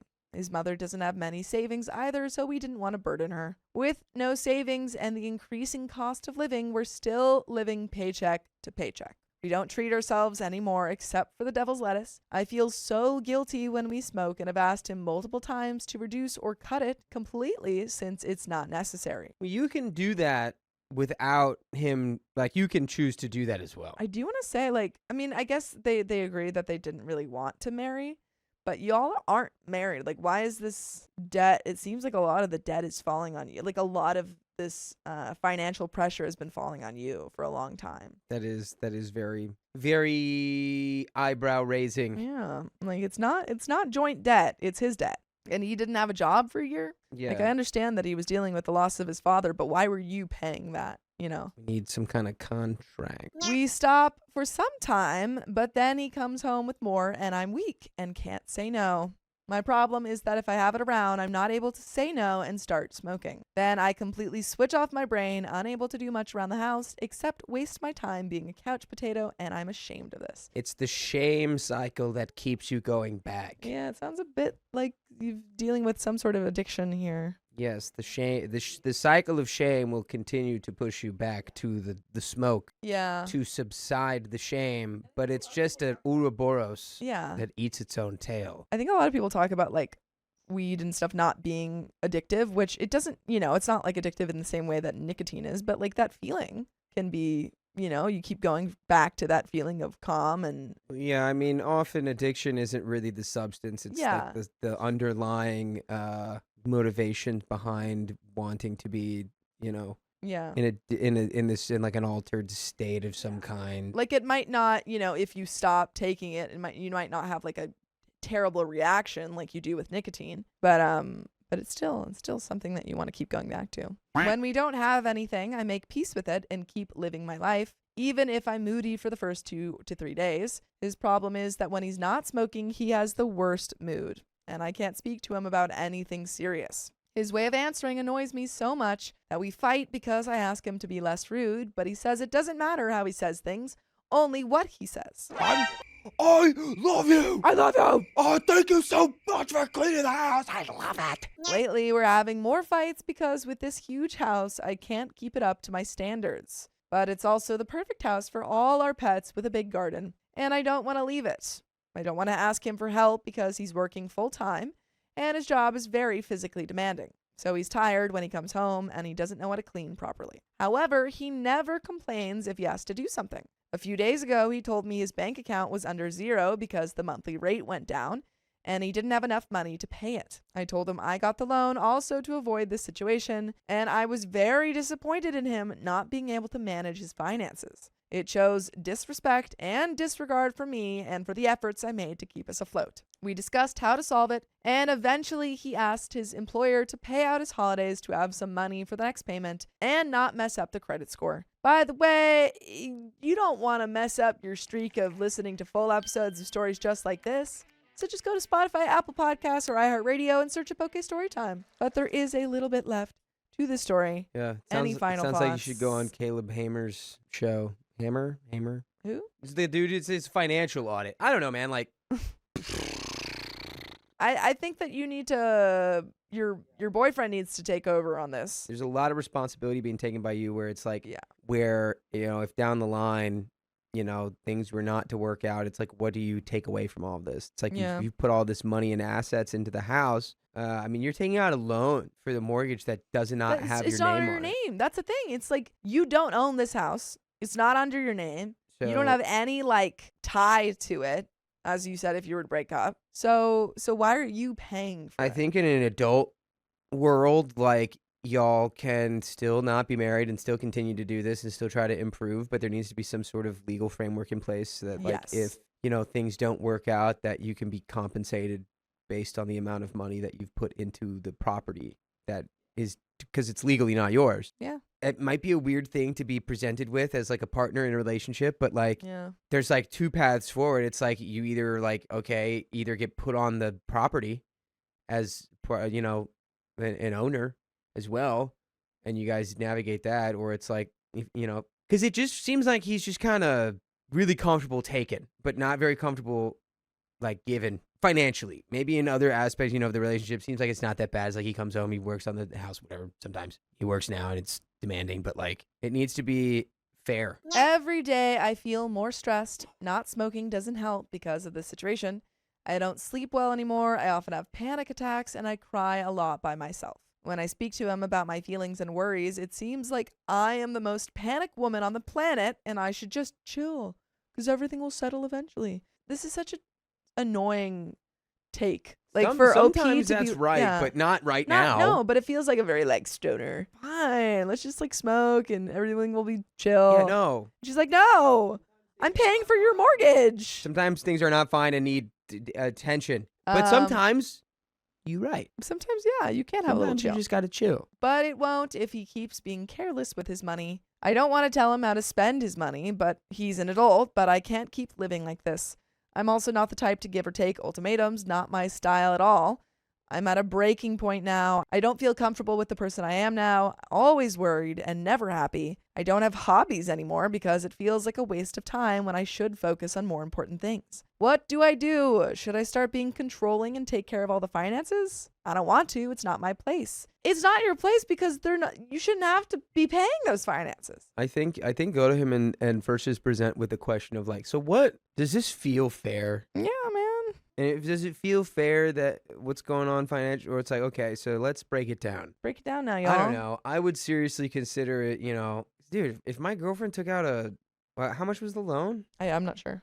If my girlfriend took out a loan to pay my mortgage, do you know how much I'd be like, I every dollar of that I will pay you back. Yeah, absolutely. Because this is my house. Every cent that you have given me for that loan, I will be repaying in full. Yeah. And so for him to not immediately be on that is like, I don't know. It feels like it's moving into a place where he just kind of expects to be paid for in a way. And then it's all chill. It'll all work out. Yeah, because you're not paying there for it. And if that's the vibe, I don't know. The work in the long relationship term. doesn't sound healthy. But that is the end of that story. I caught a suspicious message on my father's phone, so I exposed him. Expose him. I am a 20-year-old guy with no real social life. My only social exposure is online with friends I've made in video games and my immediate family. I like going out to dinner with my grandmother and stepdad, but he's been my father figure for years. We went to a local restaurant, and while we were eating and chatting about current political events, I glanced over and caught my dad getting a text message from someone I'll call Abby. By the way, this comes from Fear Mangelli, and if you want to submit your own stories, go to the r/OKStorytime subreddit. I'm Sophia. I'm Dakota. And I'm Carly. What? You're going to confuse the listeners, Keon. That's Keon. They're going to know that's not Carly. I'm Carly. And we're here to give good advice goofily, but we don't have all the answers. We only know what we'd do, so let us know what you would do in the comments. I didn't get the full context, but it was on Snapchat. Her message to him said something like, I love you so much, thank you, with something about someone named Dan. I didn't get to fully see it, honestly, but I know my dad, and I know what is and isn't okay with my parents. I really wanted to ask about it, but wasn't sure if it was okay because it felt invasive. However, I felt burdened with the knowledge and didn't think it was okay to ignore. Later, we dropped my grandma off, and we were walking to our respective cars. I stopped him and asked, hey, I'm sorry this will be awkward, but who's Abby? And he said, what do you mean? He hit him with the Justin Bieber, said, what do you mean? I told him I saw a woman message him. Now, I can't really convey this clearly, but I know my dad. In other scenarios, he would immediately tell me what's going on. He was playing dumb, and it kind of solidified my beliefs and fears. It almost felt like he was confessing, but playing, but can you make me say it? So I told him I saw another woman say, I love you. He took a second to think and said, I'll tell you later when we start driving. So I said, okay. That was progress and acknowledgement. I got in my car, he got in his, and I started driving. After like 5 minutes, I decided to call him. Once I rang, he picked up and said, hi. Like it was the first time we spoke that day. I was expecting him to kind of know where to start the conversation, but it was a hello like it was some surprise. I asked him, hey, I need to know what the text was about. He said, what text? And I was getting anxious and told him the one about Abby. He sighed and said, Abby's an ex of mine, and she started talking to me one day about how her husband divorced her. She was confiding in me about the divorce. I asked, does mom know about this? And he said hesitantly, no. He literally did that pause. Well, I told him, that's something I think mom would want to know, because that's not normal. You're married, dude. He just said, I know, and did a nervous giggle. At this time, I felt dissatisfied because my dad is my hero. I really look up to him. He's always been a get the job done kind of person, silent and observant. This just felt wrong. So I pushed him, saying, I feel like this may be overstepping, but as much as this is your wife, she's my mom. It would make me feel much better if you told her this person was chatting with you, because I'm sure over 2 decades isn't worth the sneaking around about this. Like if you just told her, hey, my ex messaged me, what do you make of this? she would understand. But knowing you're talking to another woman you once had a romance with and keeping it from her would hurt a lot. He said, I know and I will. I felt happy with that, so I left it at that. I later got home, but my mom asked my dad to go out and pick up my sister, who had been out somewhere. I called my mom and decided to put up a safety measure. I told her, hey mom, this is going to sound scary in an anxious way, but do not panic. I need you to listen to me, please. She said, okay, what's up? I encountered something today and I told dad to tell you. It's not something you should lose sleep over. Just know I expect dad to tell you something when he's home. Let's give it until Saturday. Just let me know if he says anything or not. Trust me, if he tells you, you'll know. Don't tell him I called you. She said, okay. I told her I love her and to sleep well. The dinner was at 7 p.m. I saw the text halfway through and we left at 8 p.m. Then we dropped grandma off around 8:45 p.m. and that's when I confronted my dad. I got home around 9 p.m. and called my mom pretty much as soon as I got in the door. So I was sitting and waiting, and 10 p.m. hits. I text my mom if he said anything, and she says no. My dad goes to bed at 10 p.m. for work. I kind of cracked, because next thing I knew, I was putting on my jacket. I texted mom, don't go to bed, I'm coming over. I know I said to her, let's wait until Saturday, but I felt compelled to confront this situation. To me, him not saying anything was cowardly. Not what my dad would have done. This was evasion, and I just drove over. I parked on the street by their house and used my key to let myself in. We have keys to each other's houses because I live alone, and if I needed help or anything, I could go there or they could check on me. My mom was expecting me and sitting in the living room. 2-story house, dad and sister upstairs. I asked my mom where dad was, and she said he's in bed. I said I need him to come downstairs and that there needs to be a talk. My mom, who I told not to worry, clearly was shocked because I'm acting shook as heck and not like someone who thinks this is normal and nothing to get scared about. Calls him down and he says, what's up? I look at him and say, listen, this is my mom. You need to tell her. And this guy has the nerve to say it. Tell her what? In an irritated voice. I won't lie. I got really scared. As I don't think I've ever stood up to my dad. There wasn't a reason to, but it's like standing up to an animal. But I thought to myself that I won't be pushing away from this because it was eating me up. So I stood on business and said, you need to tell my mom about the text I saw on your phone at dinner. And my mom snapped her head towards my dad. My dad was on a couch and my mom on a recliner where they were facing each other. But the recliner is in the corner of the room, so she was pivoted a little towards me and him. I was standing up. I think my dad kind of buckled under the pressure and started off with, about 3 months ago, Abby started messaging me. While talking, my mom looked over at me and with a concerned expression and the softest voice said, it's okay. You can go home. I'll handle this. And I started getting all emotional because that felt like I know about this. I don't want you to be there for this. So I look back at my dad who's still talking and looking at the ground, and I start feeling the weirdest blend of sad and angry. I just left. Drove home and here we are. I'm not sure it was the right call. I didn't see him say anything bad back to her. I feel like I reacted to things I shouldn't have because it wasn't my place. I made deals with both my parents to do things. Dad to tell her with his words, mom to wait for something to happen by Saturday. I think I rushed this. I don't actually know what's going on. I'm scared because I think letting it happen naturally was the more mature thing to do. I mean, maybe you didn't handle the best that night. However, I don't think that your dad was going to tell her. It's never a child's responsibility to intervene in their parents' marriage. No. But you saw something that is not fair for you to have seen. And I don't think it was handled very... How old is OP? 29. 29? Yeah, I think it's just a rock and a hard place for you. But I think ultimately your mom absolutely deserves to know. And I don't think your dad was going to tell her. And she can handle it. So after I left their house, my mom told me that night around 2 a.m. that they had been talking about it and that she had come to a conclusion. Once in the morning, she wanted to talk to me. She said, thank you for standing up for me, that it meant an incredible amount to her. Me and her haven't had the best relationship, honestly, and I guess it was surprising I would have sided with her on something against my dad. But regardless, she was incredibly thankful to know I would be there for her like that. Unfortunately, my sister happened to overhear what happened, and that really sucks. We're gonna hang out and watch shows later. For what went down, my father had been messaged by his ex, who had gone through a divorce, and confided in him about it. At first, it was nothing out of the ordinary, but she started getting clingy and would say flirtatious things, and it was incredibly suggestive. Alongside risque pictures. Yeah, that's not okay. That's an immediate block, buddy. And if you block. don't do an immediate block, you know what you're doing. Yeah. This behavior had started in July. My dad admitted to being receptive and reciprocal unfortunately. Though he swears he never performed in person, suggesting an emotional-only affair. Still an affair. Oh, His man. ex-wife. I think both are wrong, but this is exactly what a lot of people were saying.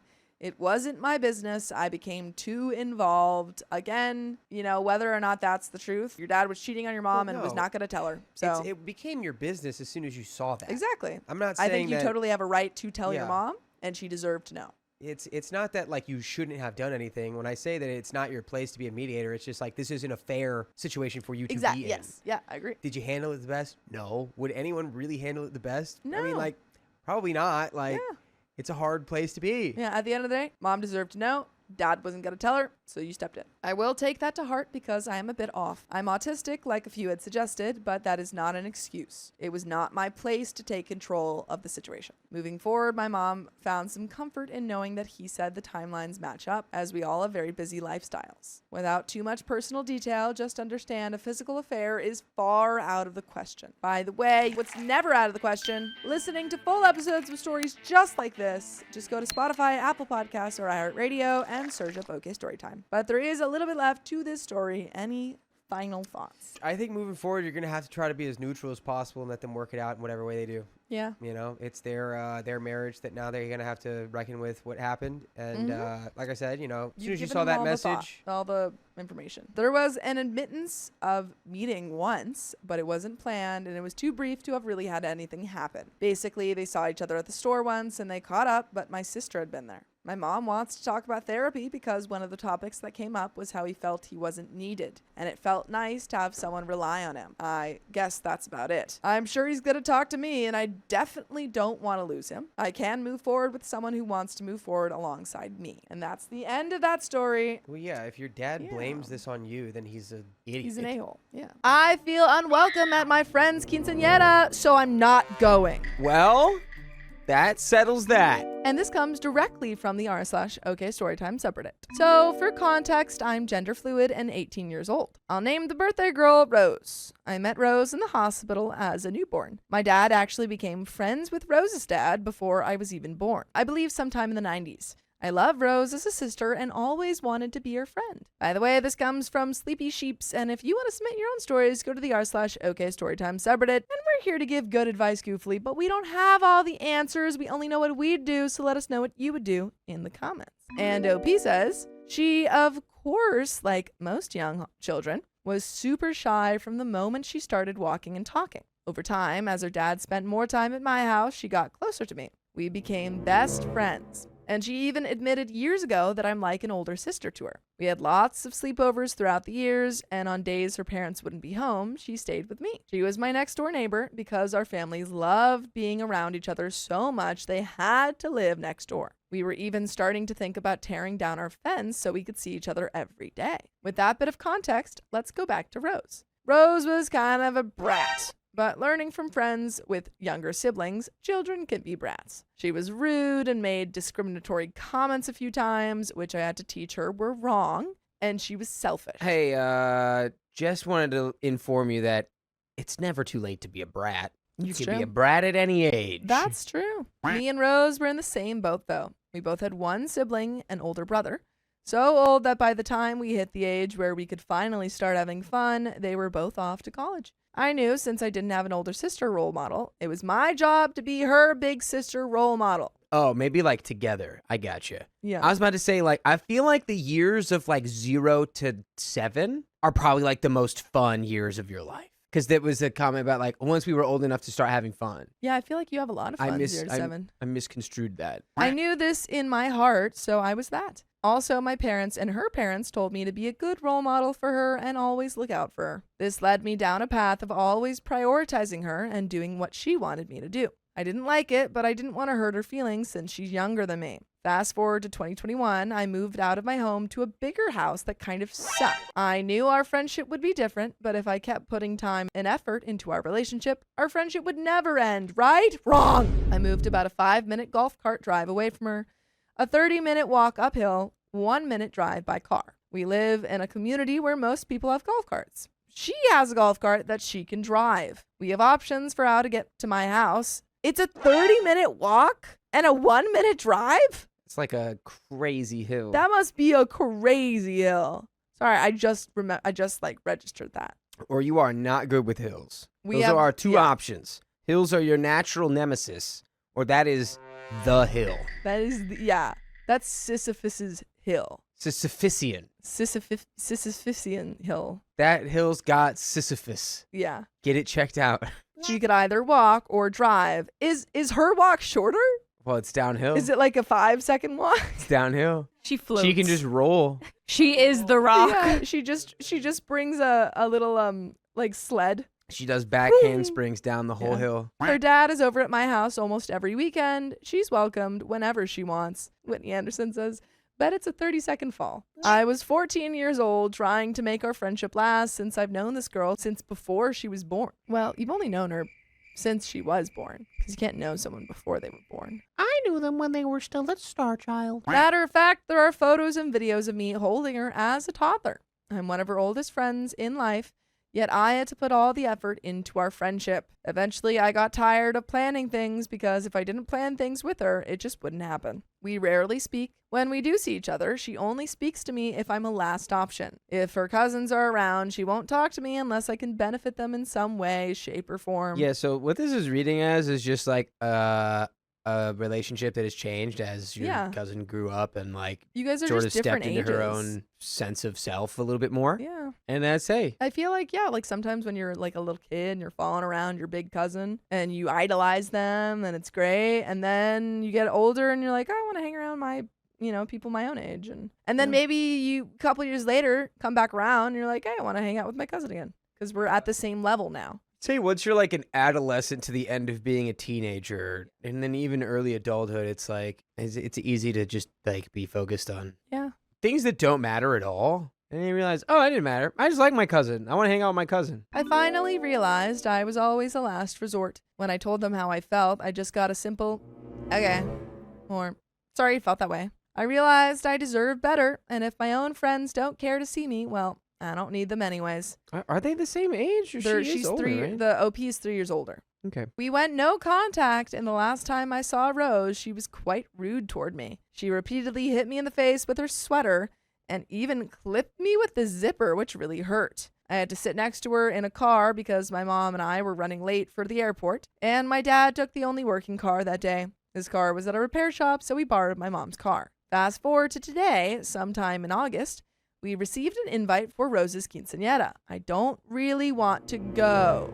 When we were younger, me and Rose planned her quinceañera together, including the dress. She promised me that she would take me dress shopping with her and the family to pick out the dress. Due to how our friendship turned out, of course, I didn't go dress shopping. I didn't even know she had picked out a dress already. She promised me for years when we were younger that we would do a dance together and that I would do her traditional dance with her cousins, which if you can't tell, I won't be doing. On her invites, I found out she took photos with our shared friend Millie. Personally, I just don't want to go to her quinceañera. I got a courtesy invite because my parents are invited. I'm not really wanted there. I'll be left on my own with my parents, who'll end up doing their own thing. I'll have no friends at the event, and honestly, Rose wouldn't care if I showed up or didn't show up. I would rather spend time with my friends who would actually care about my presence. And I care about having your presence, listening to full episodes of stories just like this. Just go to Spotify, Apple Podcasts, or iHeartRadio and search up OK Storytime. There is a little bit left to the story, but do you have any final thoughts for our OK listener? I kind of agree that Rose wouldn't care. But it's Yeah. really just up to you. It's your call, I guess, if you want to go or not. It's I your think- cousin. I don't. Are they cousins? Weren't they? I thought they were. They are cousins. Okay, cool. I don't think it specified 3 years older, but OP is older. Well, if the quinceañera's happening, that she's 15, if Opie's 18. Yeah, OP's 18. I don't think they're cousins. She was my next door neighbor. I think they were just family Their friends. Parents are best friends. Yeah. I don't think it's they're like, cousins. it's that kind of cousin. Yeah, I've They got it. are talking like they're cousins. Yeah. though. Like they're saying cousin, but they're not. I don't think they're Cousin, but actually cousin. I've got a cousin Um, like that. What up, Sean? I think especially at that age, you get this kind of attitude, and I think just know that right now, if you're not close, that's okay. Sometimes friendships fade, they change. It's they're never gonna be solid forever, and sometimes they come back around. I said this yesterday, but I think friendships kind of do like a this. Sometimes they just do a this. Sometimes they do a this. There's a lot of different ways that friendships occur in our And lives. sometimes they do this. Whoa, and that's a messy friendship. But we've got a little bit left to this story. I don't want to be a drama queen. I'd just be sad and alone at the quinceañera. Honestly, if I disappeared, Rose probably wouldn't care and would say, oh, that's so sad, then move on. Also, knowing Rose, if she wanted me there, she would say it in person or call me to see if I could make it. She hasn't reached out to me, and personally, I don't care. I just want to move on with my life. I know my parents will be upset that I won't come, but just for my mental health and well-being, it would be better if I don't go to the quinceañera. I'm probably just going to plan something around that time frame anyway. I have plenty of time to plan since the quinceañera is in December 2025, and we're in September 2025. So Reddit, am I the a-hole for not going to the quinceañera? No, you're not the a-hole. You guys aren't close anymore, and that's okay. Sad, but it's okay. Yeah. But that's the end of that story, folks.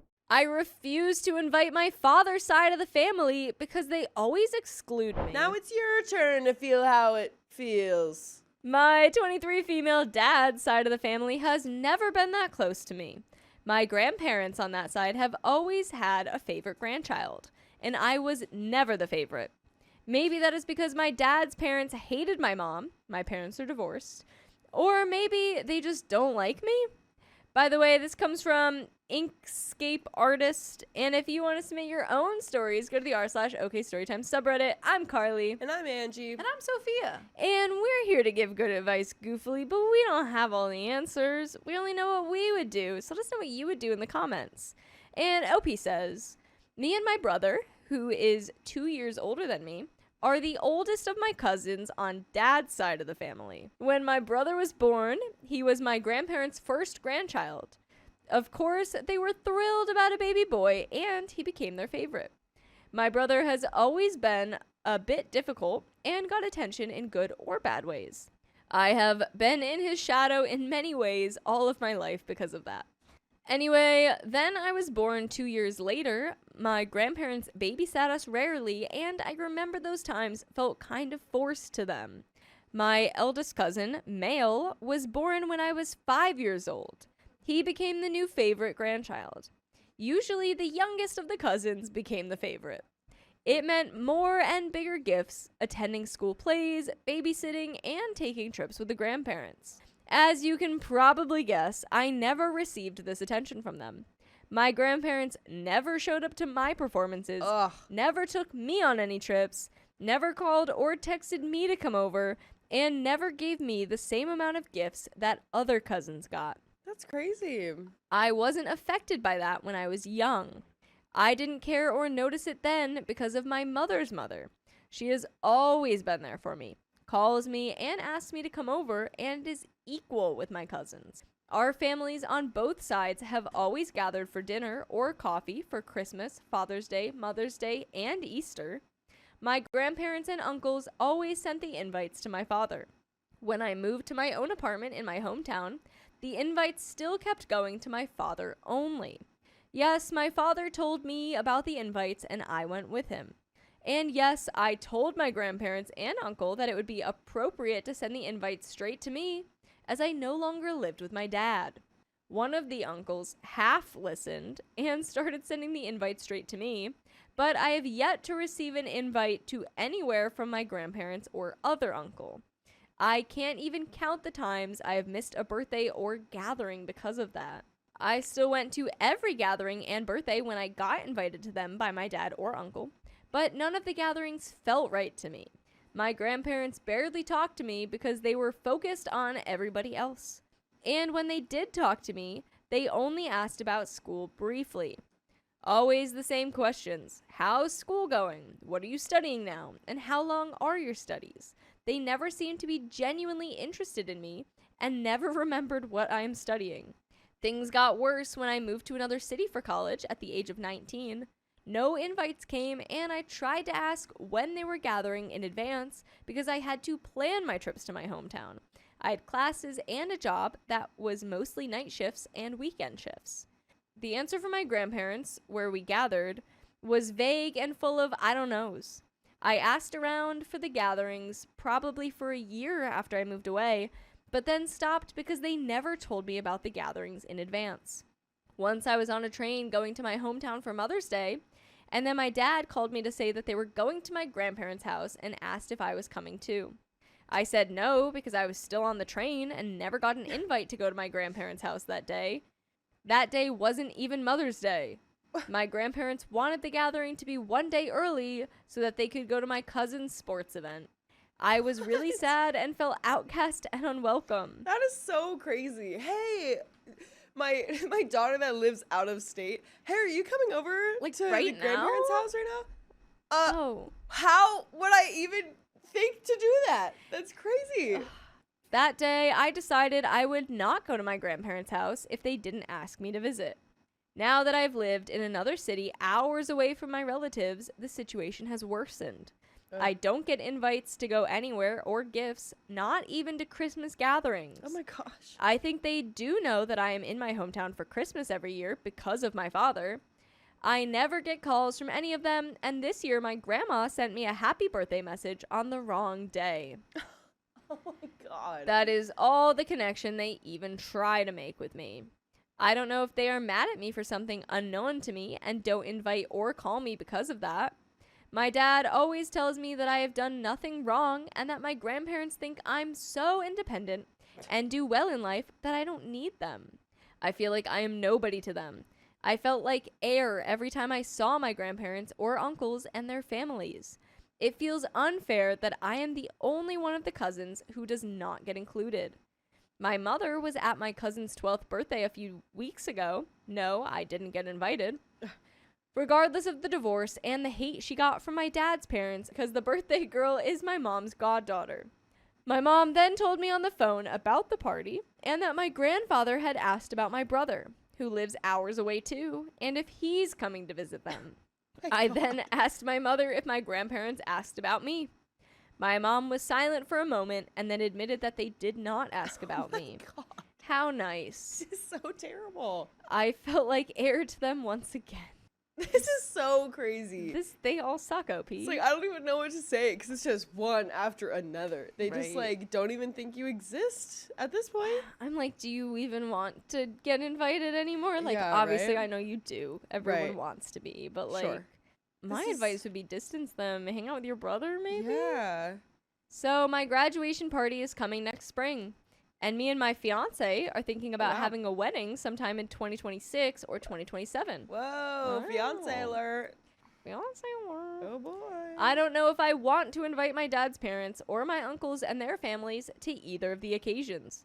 In a way, why should I if they are not a part of my life and never invite me anywhere?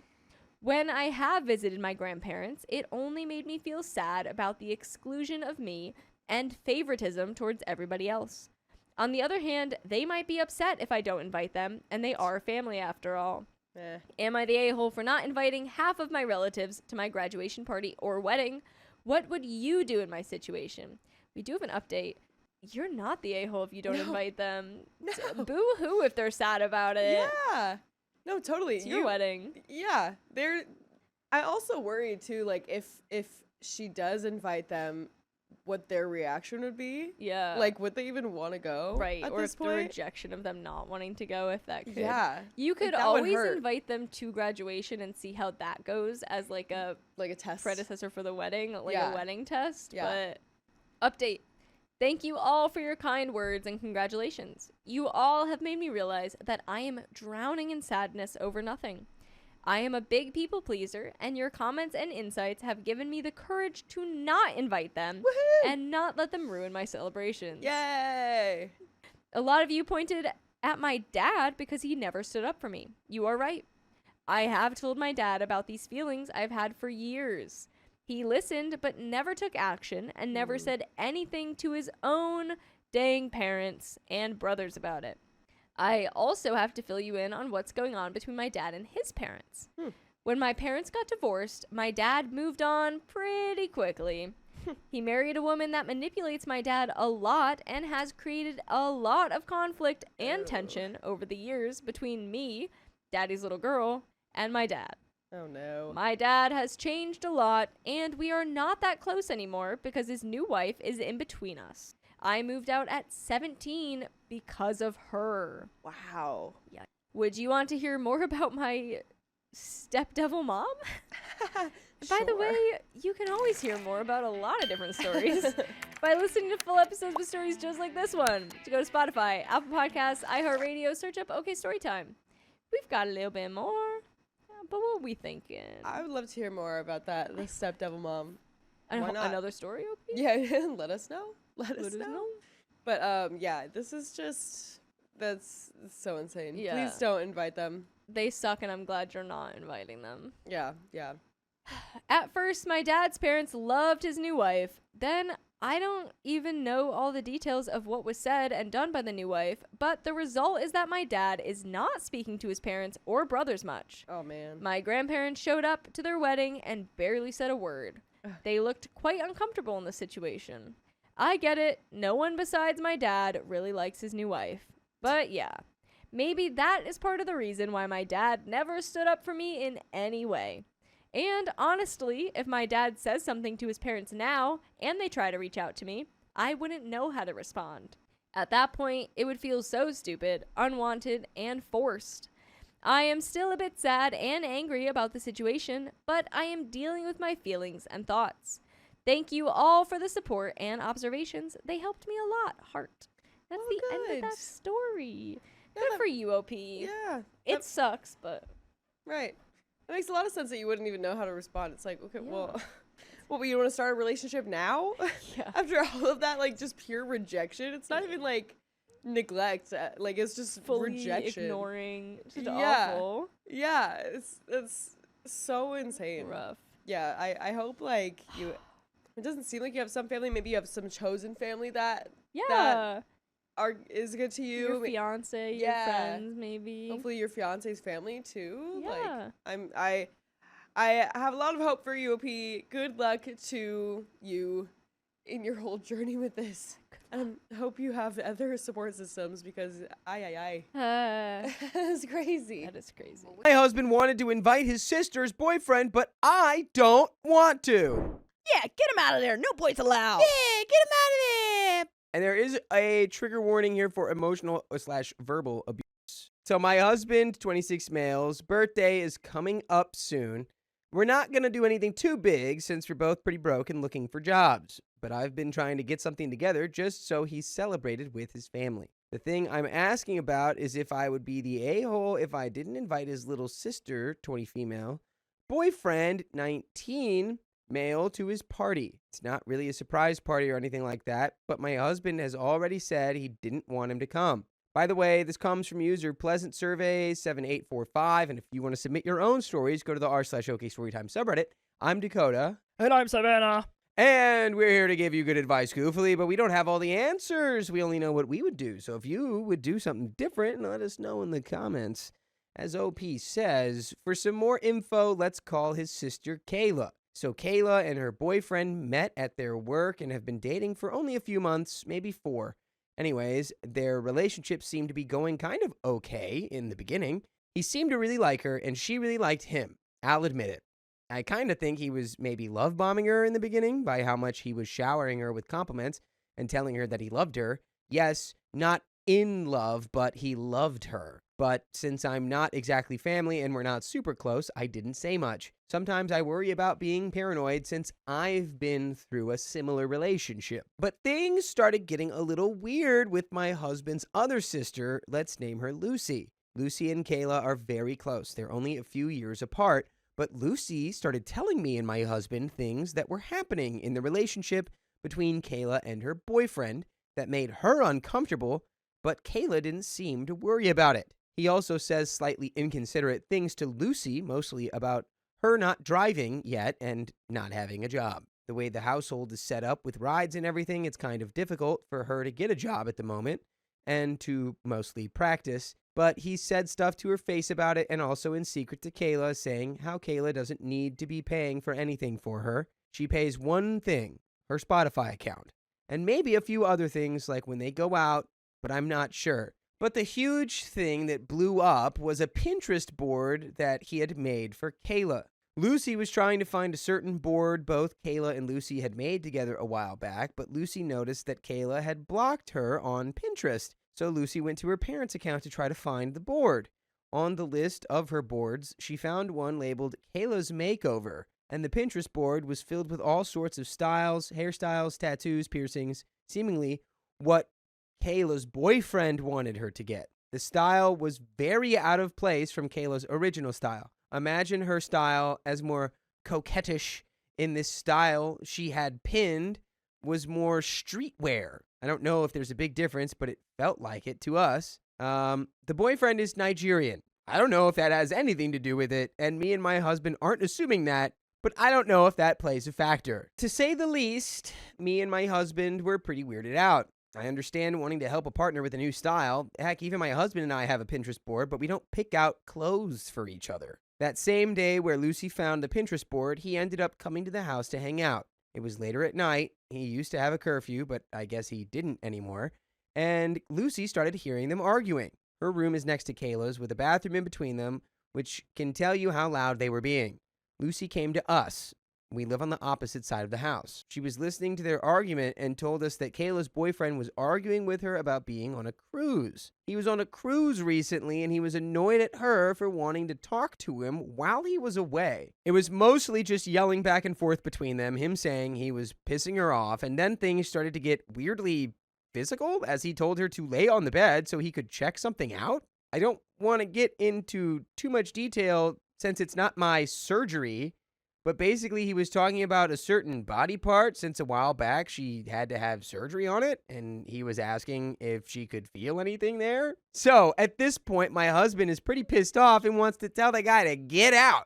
I stopped him only for the reason that the chances of it being a misunderstanding, I didn't want him to have bad blood with his sister. She's been in unpredictable moods since she started dating him. Rude, snappy, when she wasn't like that at all when I first met her. So the next morning, my husband and Lucy brought all this to the attention of my in-laws. The in-laws were all kind of horrified from what I heard.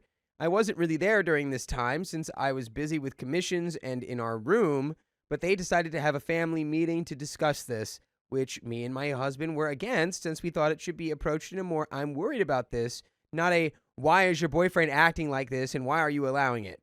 But from what my husband told me, it didn't go very well. So I'm sorry I don't have all the details, but Kayla didn't take this well and thought everyone was being dramatic. And her parents were more upset than trying to help her, which is what I was worried about since Kayla could have probably shut down. I didn't hear anything about it until my husband got a text from his mom later that night. His mom basically said something along the lines of, "We appreciate you looking after your sister and making sure she's safe. We think that Lucy is jealous of Kayla's relationship since they used to be closer before he came into the picture. That Lucy is doing a girl who cried wolf scenario," which rubbed me the wrong way. Lucy definitely isn't the type to make up stuff like that, especially when there was evidence involved. Lucy is definitely a more honest person, which is what has thrown us off. Another thing to add, after the meeting, the boyfriend wanted to come and explain himself to Kayla's parents, and perhaps he did. I'm not 100% sure. What are you sure about? I know. I'm like, I don't know. Like, he might have done this, but like, I don't know what happened. I'm sure you shouldn't be speaking on this as an authority because you don't know what's going on. Yeah, this seems like a lot of like I'm just gonna like assume that this happened, but I'm not really sure. No. But I'm gonna talk about it like I was kind of there. Well, we're going to keep going. But as I learned from being and seeing these relationships in friends, sometimes you just have to sit back and let them see it for themselves. Hopefully nothing bad will happen before then. So the original question is, would I be the a-hole for not inviting him to my husband's celebration? My husband has made it clear he doesn't want him coming, but we're not sure how it'll work out since my husband and his dad share a birthday. So I was just wondering, would I be the a-hole if I didn't specifically reach out the invitation towards him for my husband's wishes? No, you can invite whoever you want to your birthday. And you could also just like not tell the people you don't want to know about your birthday going on. And if that last comment was about his dad's birthday, Kayla's boyfriend's dad's birthday, having the same birthday as your husband, that is irrelevant. I don't know what we're talking about, but I do know that you can listen to full episodes of stories like this on your favorite podcast platform, iHeartRadio, Spotify, Apple Podcasts. Just search OK Storytime to listen to the entire archive at your beck and call. And we have a little bit more story left. I wouldn't even just have the birthday at this point. It's crazy. I just feel like, well, first of all, it's his, the boyfriend's dad's birthday, so I feel like Is it? he would probably be pretty busy doing that, unless they're not close. I don't know how Is it, or is it Nigerian also, is culture it works. OP's husband's dad's birthday? Are they born on the same day? I don't know. So much of this is unclear. But I know it is clear that, yeah, sometimes you got to take a back seat and let people figure out their relationship is toxic if you've appropriately explained to them, hey, I don't like the way this person treats you, which I don't think y'all have done. It sounds like, from the sound of it, you weren't involved, but it sounds like the parent sat her down and said, you're the worst and you shouldn't date. And it's like, yeah, now she's getting defensive. Instead of being like, hey, these are some warning signs you should look for in a partner. If a person's treating you like this, maybe in, 8 months from now, 12 months from now, they're going to be treating you worse. So something to think about if you want to keep dating your boy that you're dating right now. Who's Nigerian? Right, which so far has had no bearing whatsoever on the entire story. What are we talking about? Let's finish this. And there's an update. Oh, yeah, give me the update. First, thank you everyone for your comments, even the ones telling me I wrote too much or shouldn't get involved. I appreciate those. So I decided to not exactly extend the invitation. I don't want any bad blood between me and Kayla or my husband and his sister, so if she brings him, then me and my husband will be okay with that. I told him about how some of you guys said we shouldn't close her off even though we don't like him. We both agreed we definitely want to be a support system if she needs us if something bad were to happen, so we're deciding to keep the peace. I'm not sure if Lucy will, but I'll try to have her understand what you guys explained in the comments. I really hope we can be that support that she can come to if things get worse, but for her sake, I pray it doesn't.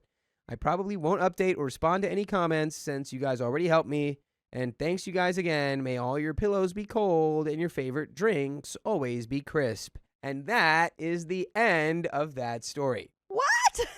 I learned nothing and got nothing out of that. So we're just going to say we're not exactly inviting him, but if Kayla brings him, we're going to be okay with it. Which I guess is a good move because, like, if she is in a toxic, bad relationship, like, if you do, like, prevent her and her boyfriend from going to the party, it just gives him another way for him to isolate her from the rest of the family, which is a classic, like, toxic, abusive relationship move. So, yeah, good, I guess, good call. But, yeah, I don't know. Maybe have an actual heart-to-heart with, Kayla about, hey, we're glad that you have a partner and that you like somebody, but, like, we just wanted to talk to you about, like, maybe warning signs to look for in a partner or red flags, or, like, we wanted to ask you about wow, you guys have been doing, instead of making it an intervention with her entire family. That didn't feel like the move at all. Yeah, I feel like everything that went on here was pointless because, like, nothing was really solved. Like, obviously, we don't know what happened, but hopefully, invite him, have him over, whatever. Hopefully nothing critical happens to where they're, like, there's a physical fight or whatever.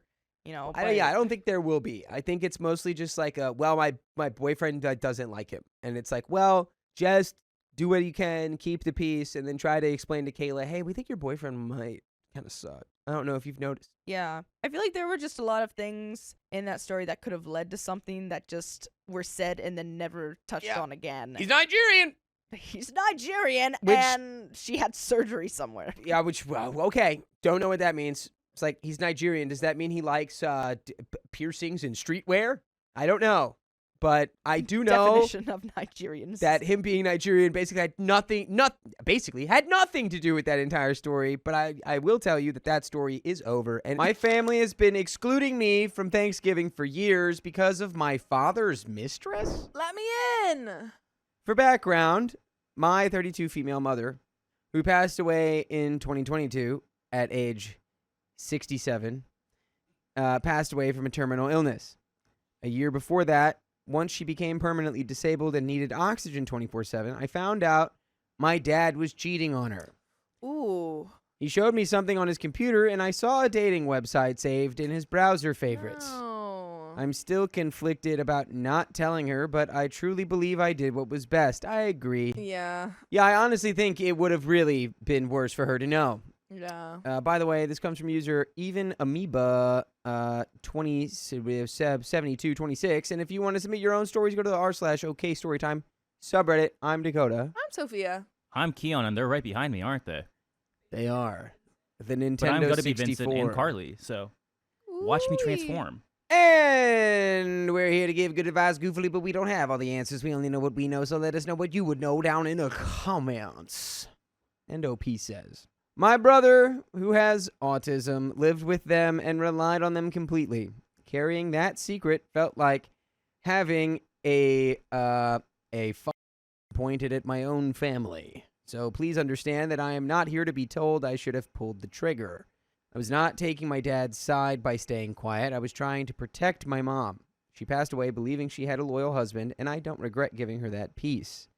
My dad was an absolute wreck when she got sick to the point of needing emergency mental health prescriptions. While my mom was sick, I tried to convince my dad and his parents that we should move her somewhere with better air quality once she was well enough.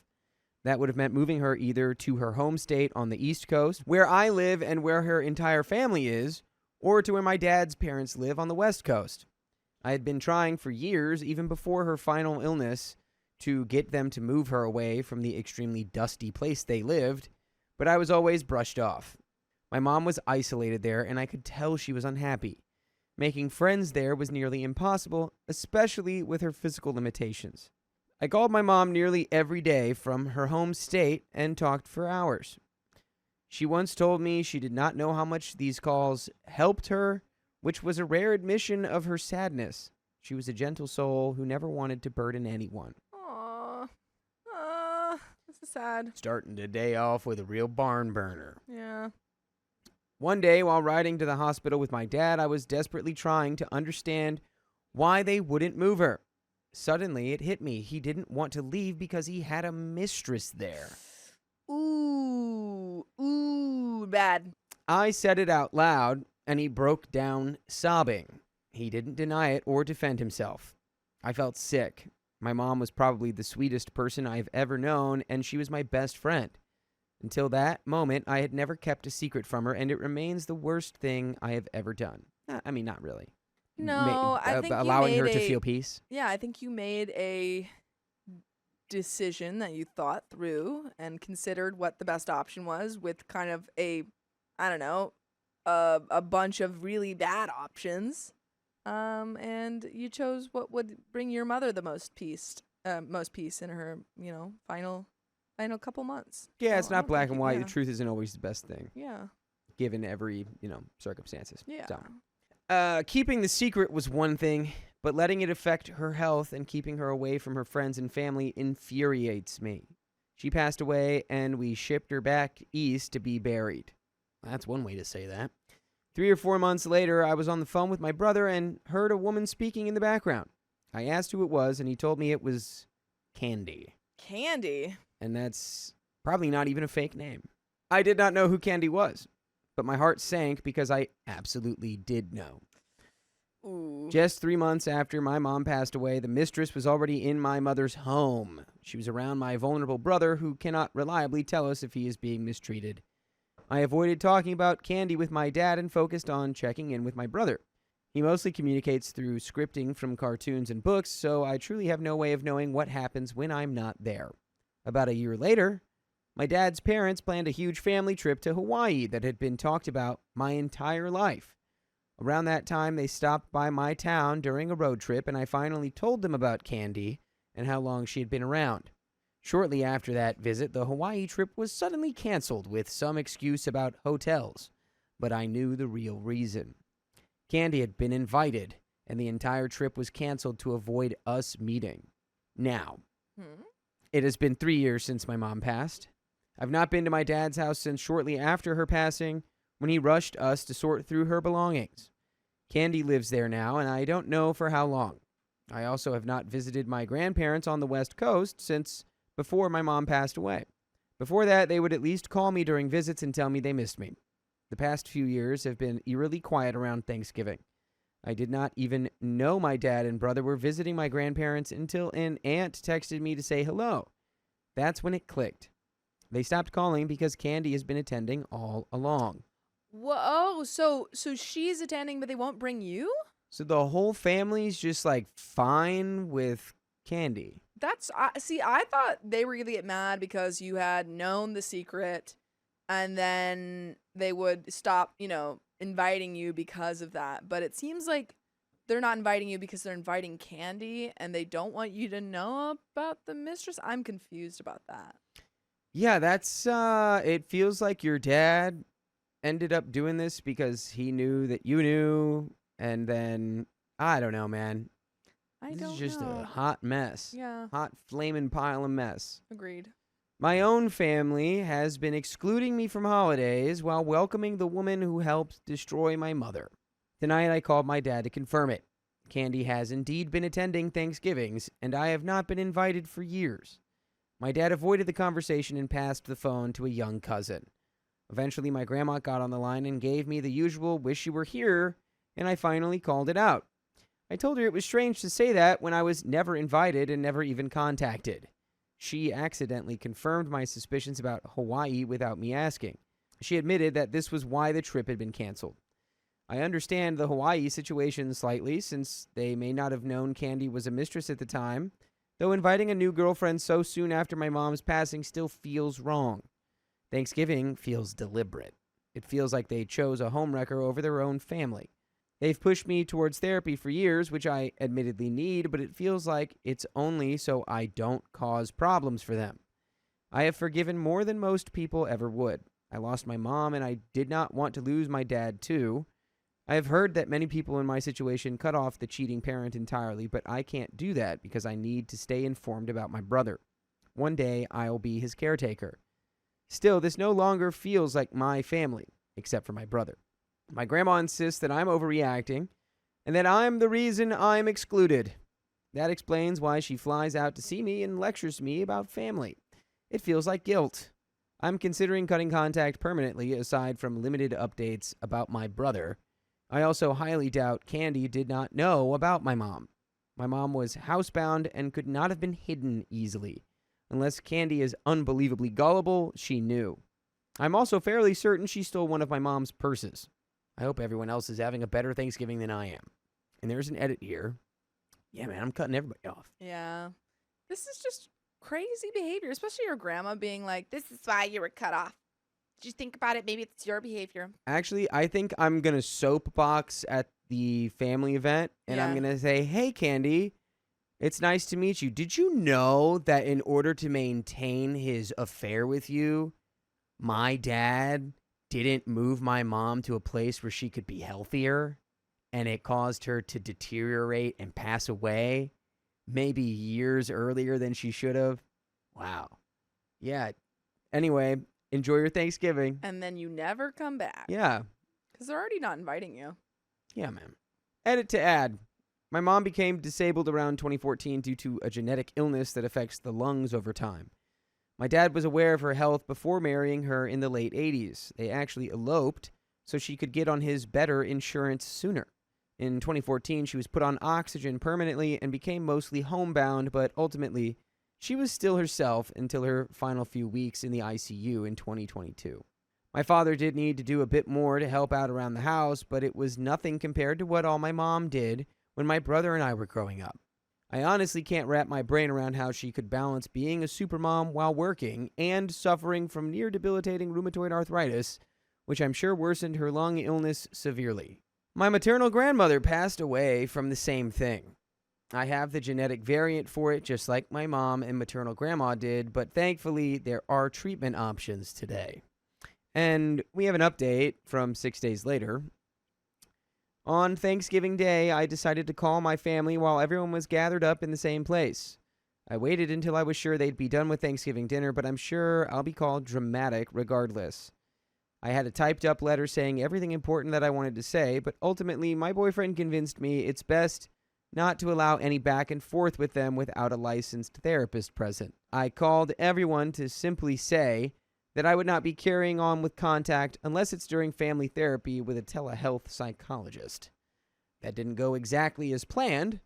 I was able to reach my grandma and asked if she could put me on speakerphone so everyone can hear. Are you going to be nice? She asked, as if I've ever not been. So I took a page out of everyone else's book and deflected, asking if everyone was there. I made the announcement, and my grandma was thrilled when she heard therapy, saying she thinks therapy would be a great idea for me. Nope, I said. If I'm doing therapy, I'm not doing it alone. I may have forgotten to mention my grandma, since learning of my dad's infidelity, has done nothing but make excuses for him and tried to spin this as ultimately a positive thing for my brother to have someone around to help. Maybe it is, but I don't think it's a good idea to trust someone like Candy with him. The only supportive person on the call was my aunt by marriage, the one who texted me, letting me know my family was visiting there in the first place. After I made my announcement, I heard my grandpa say something in the background, but couldn't catch any of it. My grandma reprimanded him, so no doubt it was something snarky, as expected. I held it together fairly well until my grandma started saying how missed I am and how everyone wishes I was there.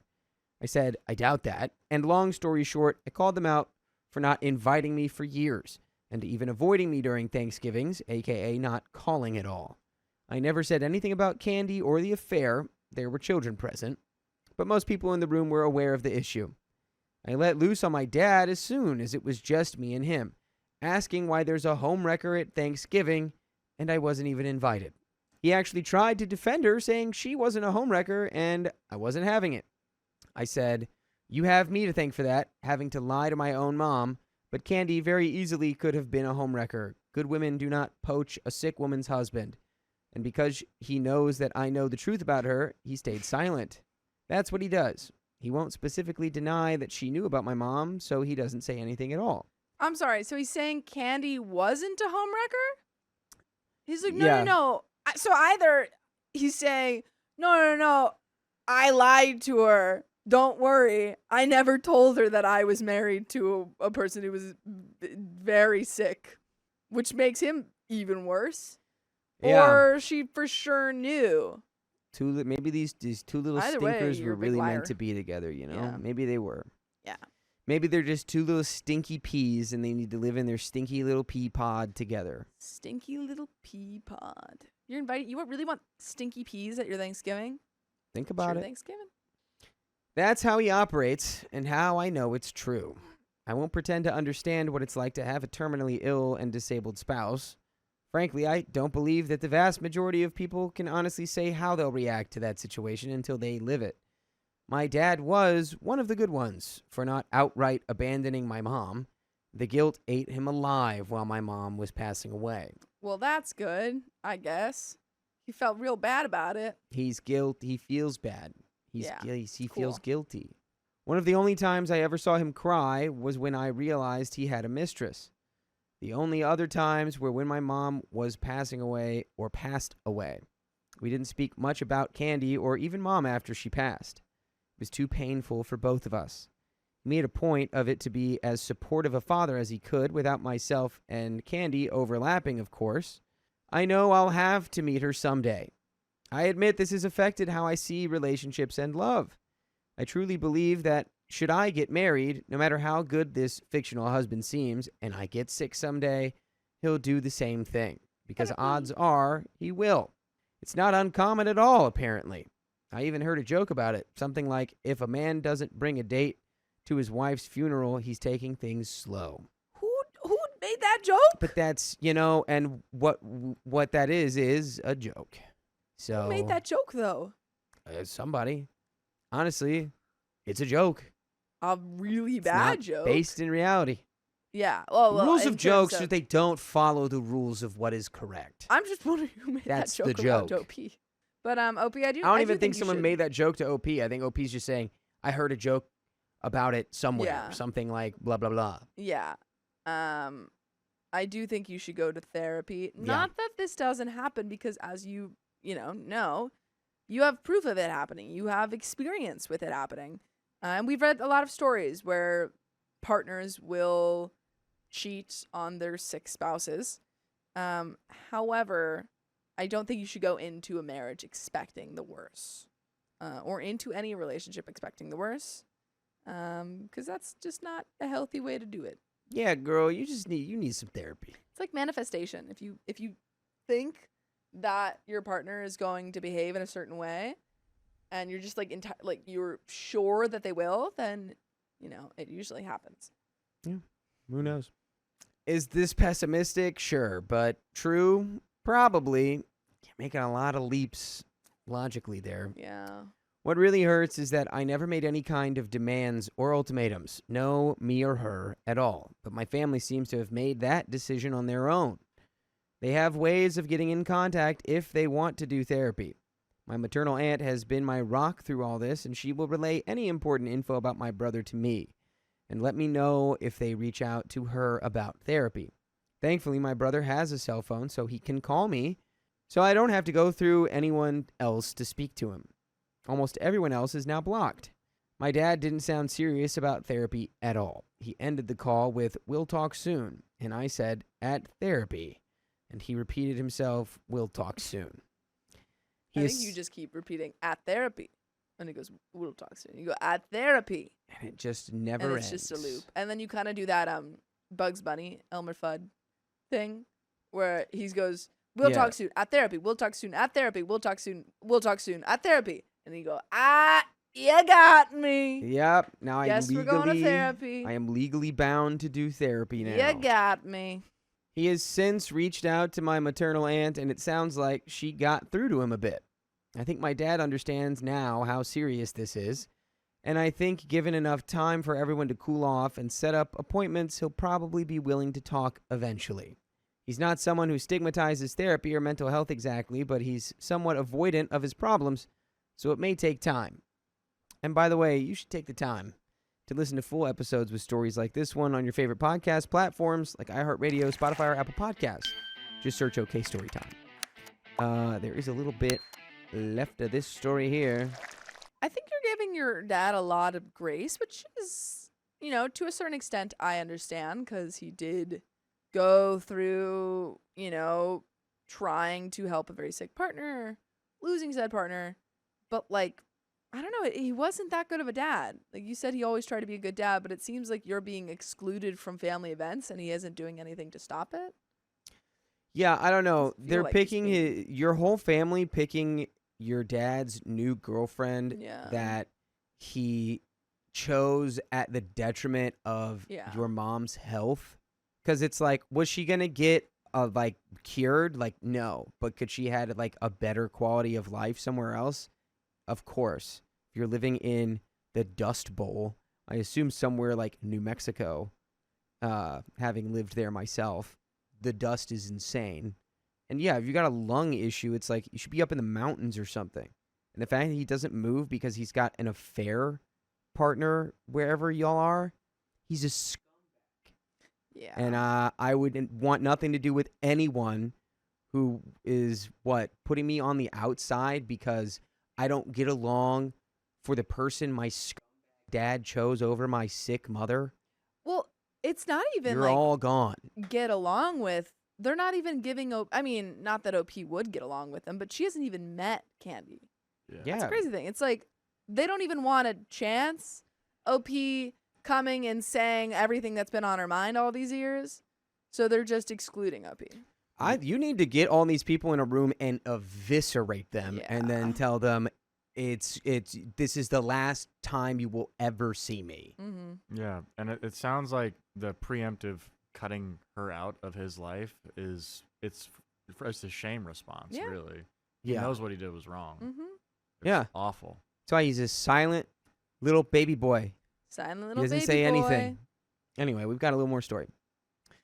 My grandparents, I think there's a decent chance I'll never hear from them again.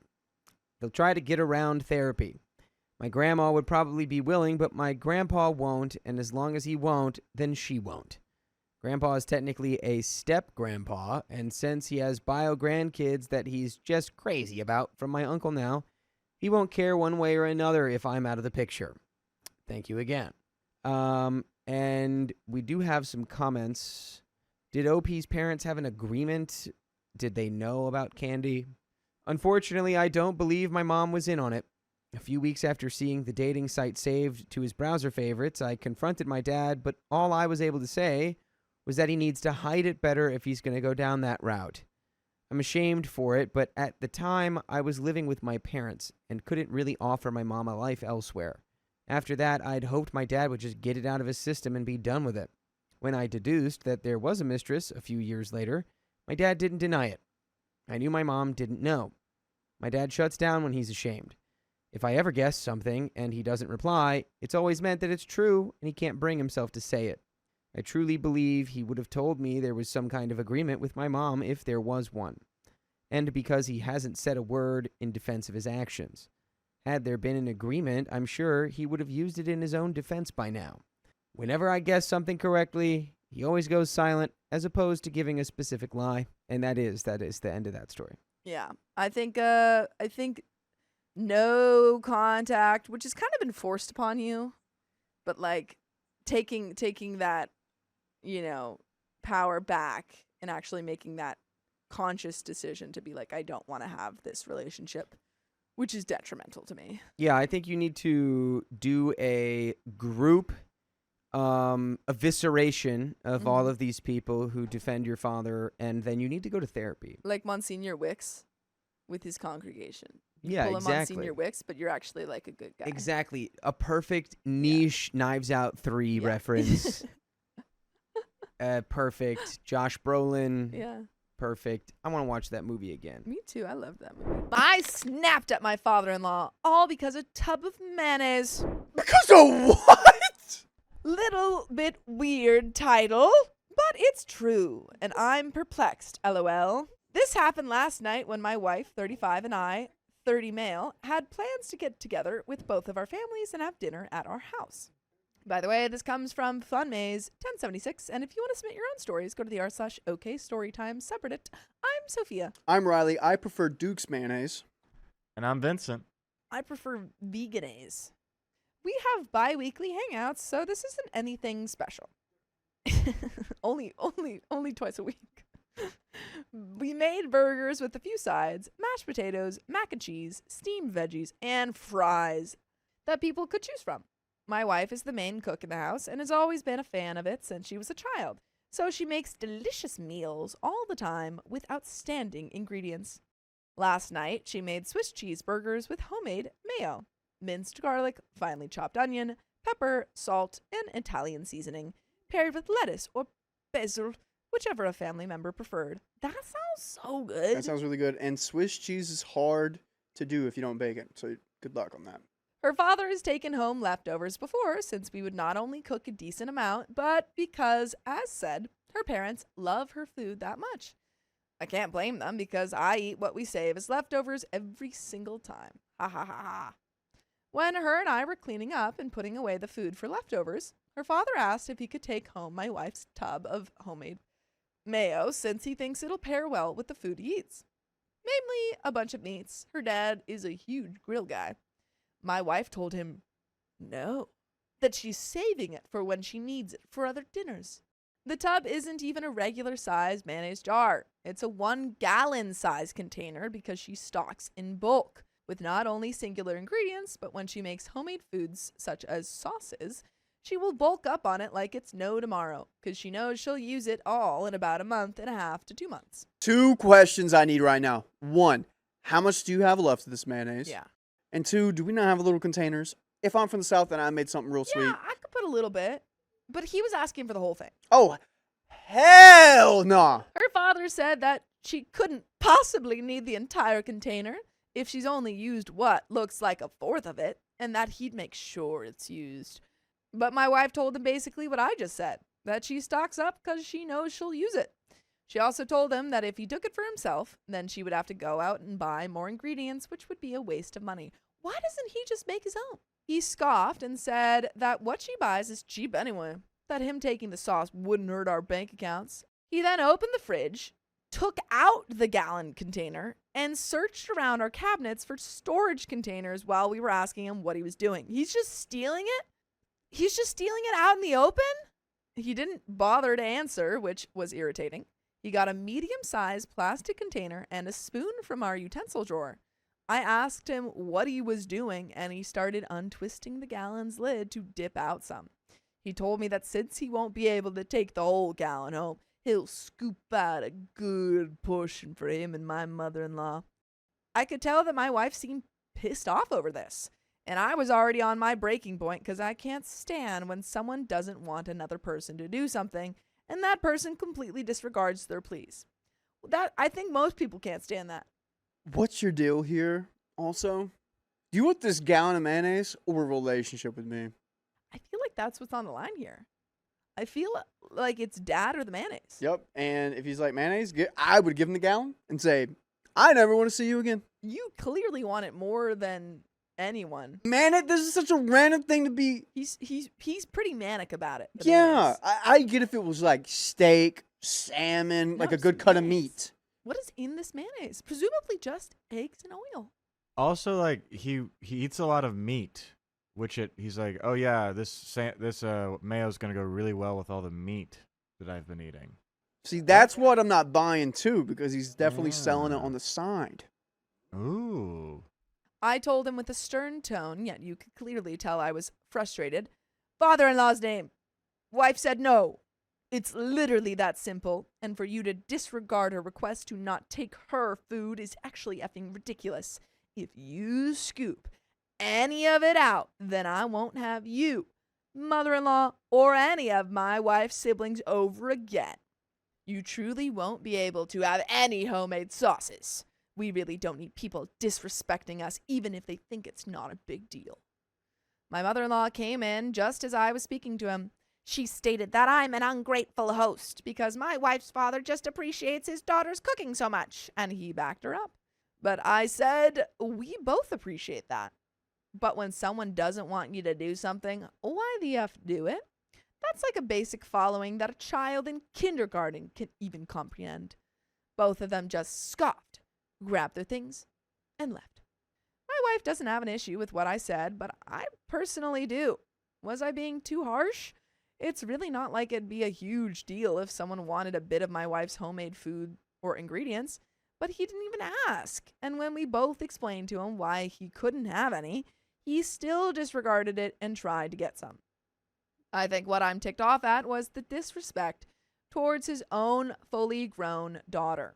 I'm ticked off at my mother-in-law and what she said to me too. How can I be ungrateful when he was the one who was being disrespectful? My wife got a text about an hour ago from her mom saying, we'll have to rethink if we come to Thanksgiving. If we do, make sure OP isn't there. A shame we couldn't get a grab of the mayo. Stop bringing up dang mayo.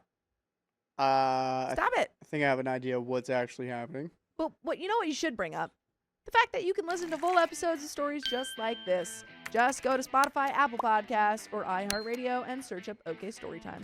That is annoying because I've recently been around one in a family complex. Yeah. And after realizing the type of person they are, everything that they do and say has to be geared and aimed towards their pure happiness. And if it's not and it's slightly off, then nope, I'm done with this. And you mean nothing to me because you couldn't please me. Yeah, which is what we're seeing here.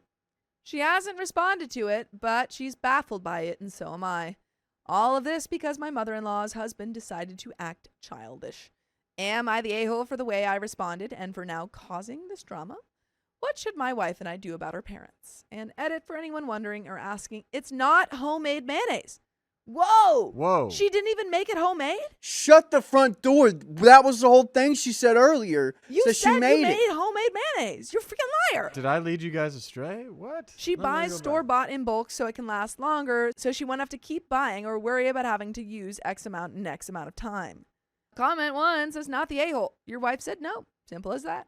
Her father was disrespectful and childish. He caused the drama, and her mother is continuing it. You simply stood up for your wife when she was being bullied. Reply, this isn't about mayo. It's about her dad doing whatever he wants, like an a-hole. I wouldn't respond and only make a small Thanksgiving without them on the guest list. If they decide to show, I'd tell them that we rethought Thanksgiving too and we didn't make enough to share and close the door in their faces. But that's the end of the story, folks. Nope. Boyfriend says cats are biohazards after watching a short video.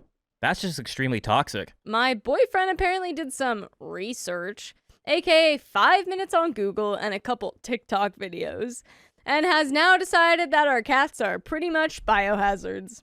By the way, this comes from Happily Depresso, and if you want to submit your own stories, go to the r/OKStorytime subreddit. I'm Carly. I'm Keon. And we're here to give good advice goofily, but we don't have all the answers. We only know what we would do. So let us know what you would do in the comments.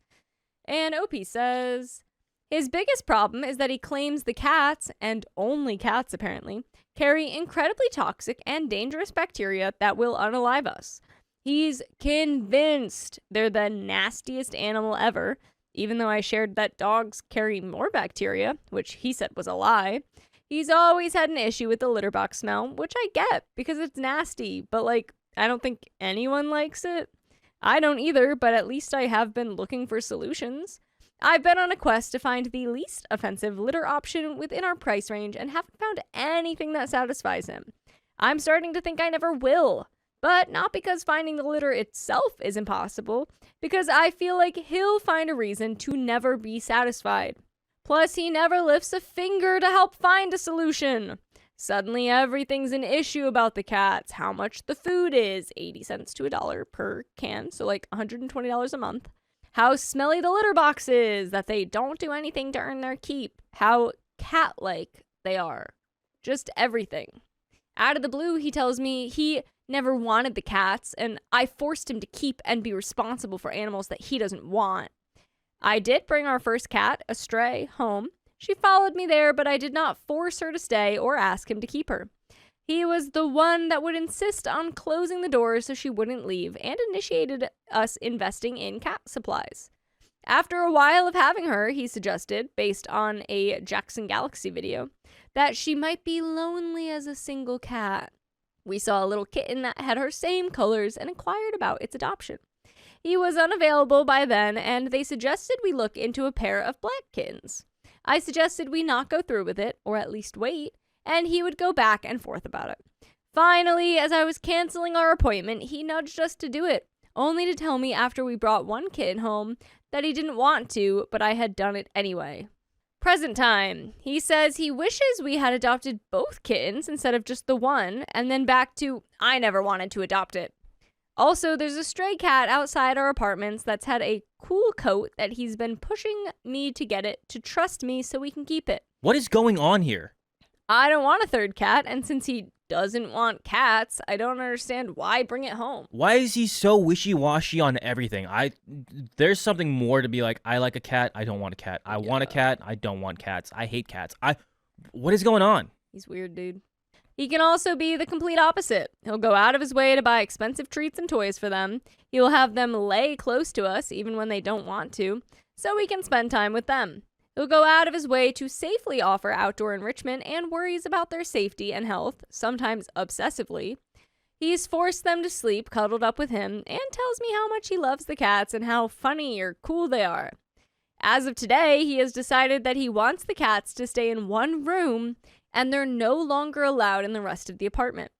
He's now an authority on bacteria and cleanliness and decided they're pretty much toxic biohazards that will get you sick with life-risky bacteria if you breathe the same air.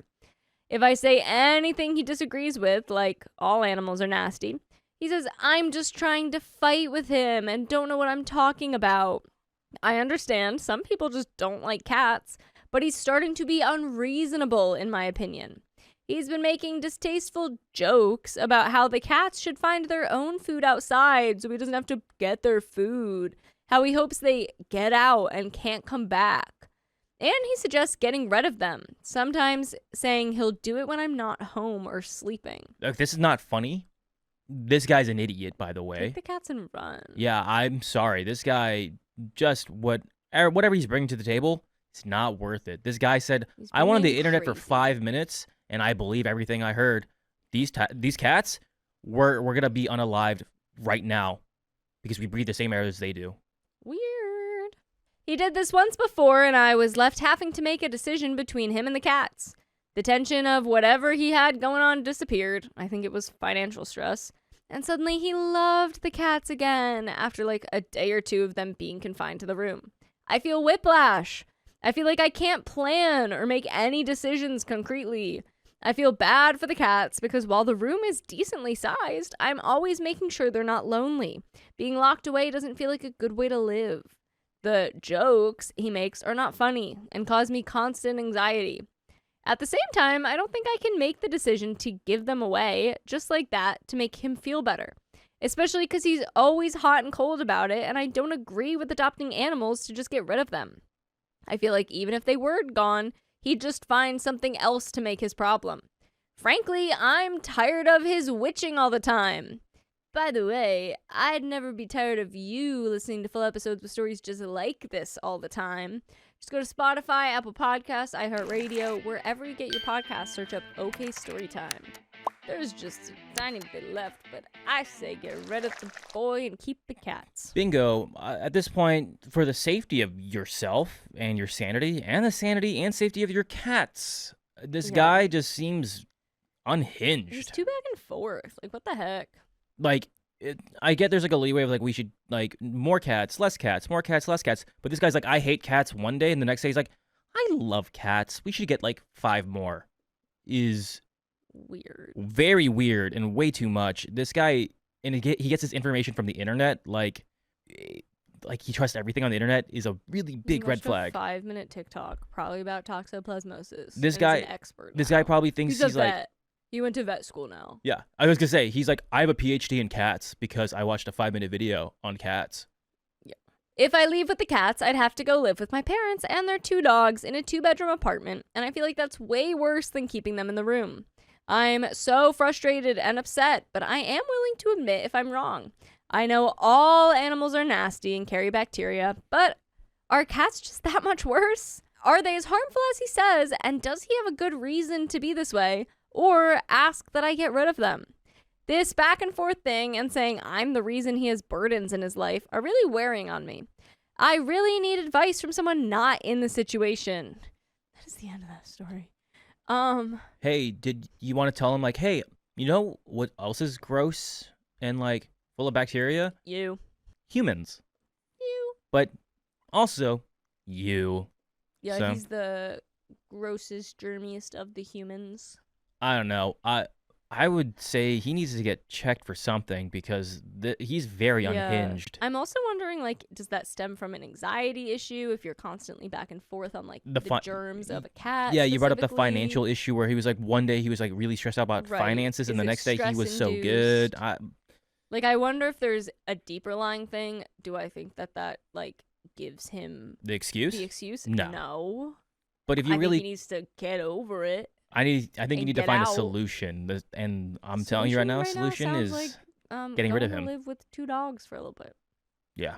I left my husband, even though he's sick, because he's draining me. In sickness and in health came with conditions. I, 32 female, Louisa, have been married to John, 48 male, for approximately 2.5 years.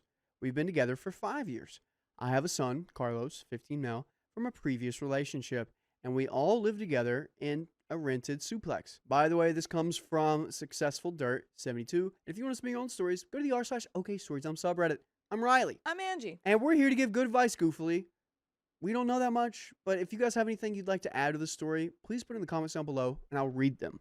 Opie says, now the issue.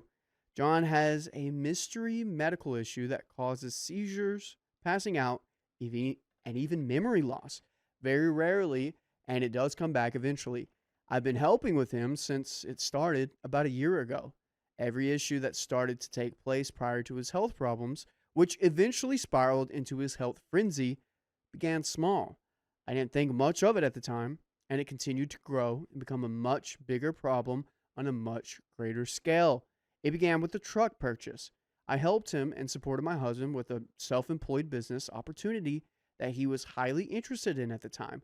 Getting it set up and running, where the purchase of this vehicle was part of the process. Due to his low credit, he had the finances for it, we had to use my credit.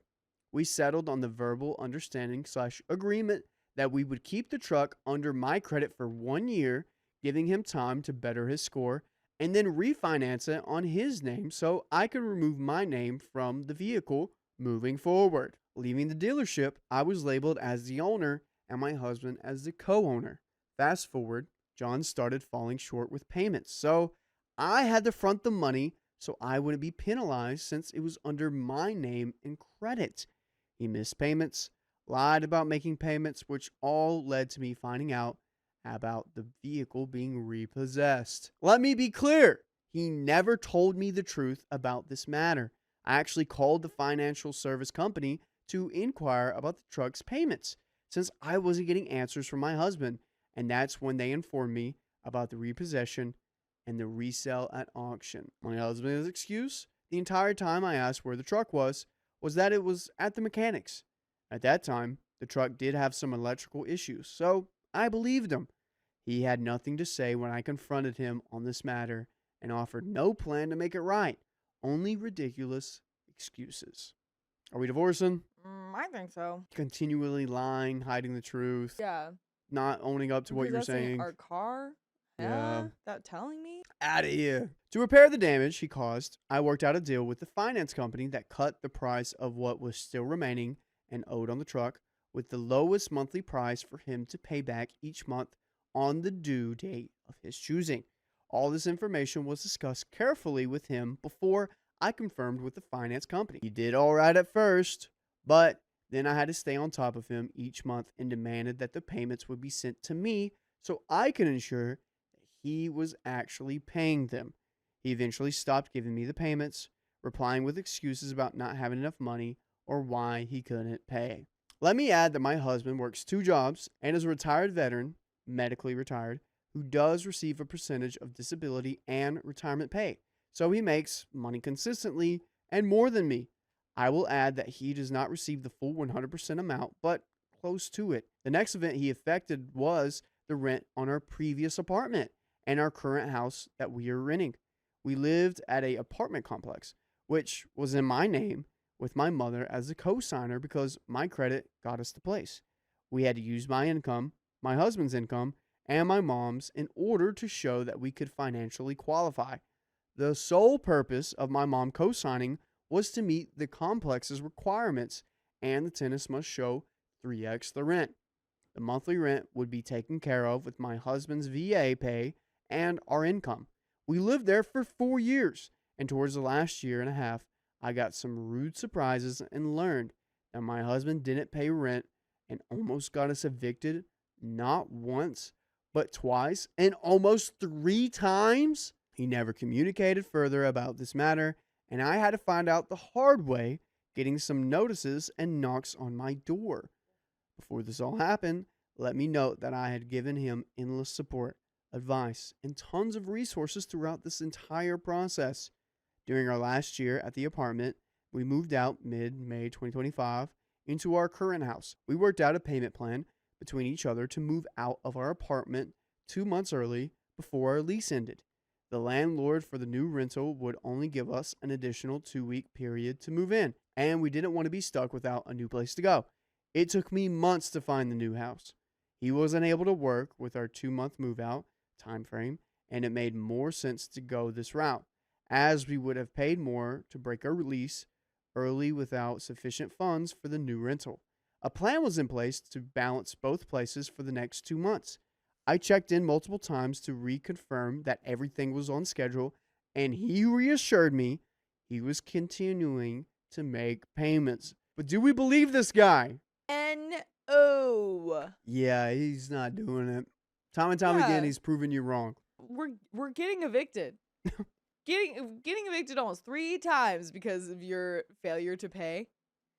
You can't just say, "Oh yeah, I'll pay," and expect me to believe you now. Yeah, I got you, babe. What?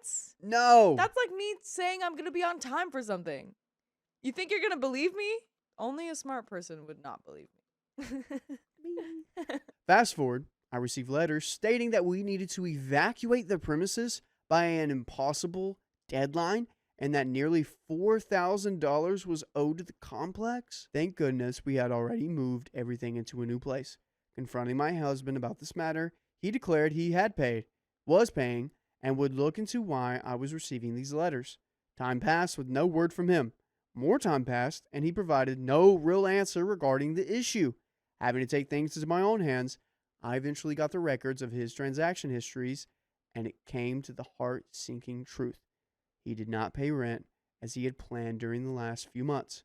This info was sent to the credit bureau and now impacts my ability to be accepted into new rentals until it's fully paid back. Oh my gosh. And now where's that money? What's he been spending it on? Dude, I don't know. He definitely isn't going to have the money to pay for it, so OP's Yeah. going to have to pay for at least most of it. Once again, my credit reputation has been penalized due to his negligence. Currently, my husband is not paying a cent back towards the apartment's owed rent and fails to come up with the $440 shortfall in our current rent that his VA checks do not cover each month. He doesn't care that by law and contract he legally owes the landlord this money and simply won't pay it until I force it out of him. He claims he never has the money, despite having an entire month to come up with it. I can't figure out where it all goes, and I do not trust him anymore. Between all this, several situations arose where we had agreed to split costs on important matters: medical, pets, holidays. He initially kept true to his word, but quickly peered off each time, leaving me footing the remaining bills, which has left me in substantial financial debt. OP. I'm so sorry. It's just one after another. Yeah. Recently, I had to use his phone for a legitimate reason, and while I had something, perhaps a divine message, told me to check his messages, I learned that he has been communicating romantically with a younger woman. There's where all the money goes. Oh boy. Those are expensive. Younger women. Women. Yep. Well. Especially the ones around 23 years old. What? Let me tell you about them. I could not keep his phone long enough to see how far back it went or if there were others. But between inappropriate pictures and romantic language, he has been committing at least emotional infidelity. The man who once told me that he was not a liar, faithful, and loyal has become the most dishonest man I have ever met. He usually plays the victim in every scenario. All of these things have led me to decide I need to leave him for my financial security, my mental security, and the financial security of my son's future. Absolutely. Ding, ding, ding. Get out of there, OP. Get out of there. This is not sustainable whatsoever. No. And I didn't say it, but I totally was thinking that it was to other women in my head. 'Cause Really? there have been so many stories where it's just like, yeah, and he's spending all this money on this other woman, and now we're in debt. There's literally so many stories have been about that. Other women. Yeah. Because if that money's just lost and he's not getting any new things, you're not getting any new things, the rent is not being paid, where's it going? Who's spinning it? Who is that? Where do I begin the process of leaving him?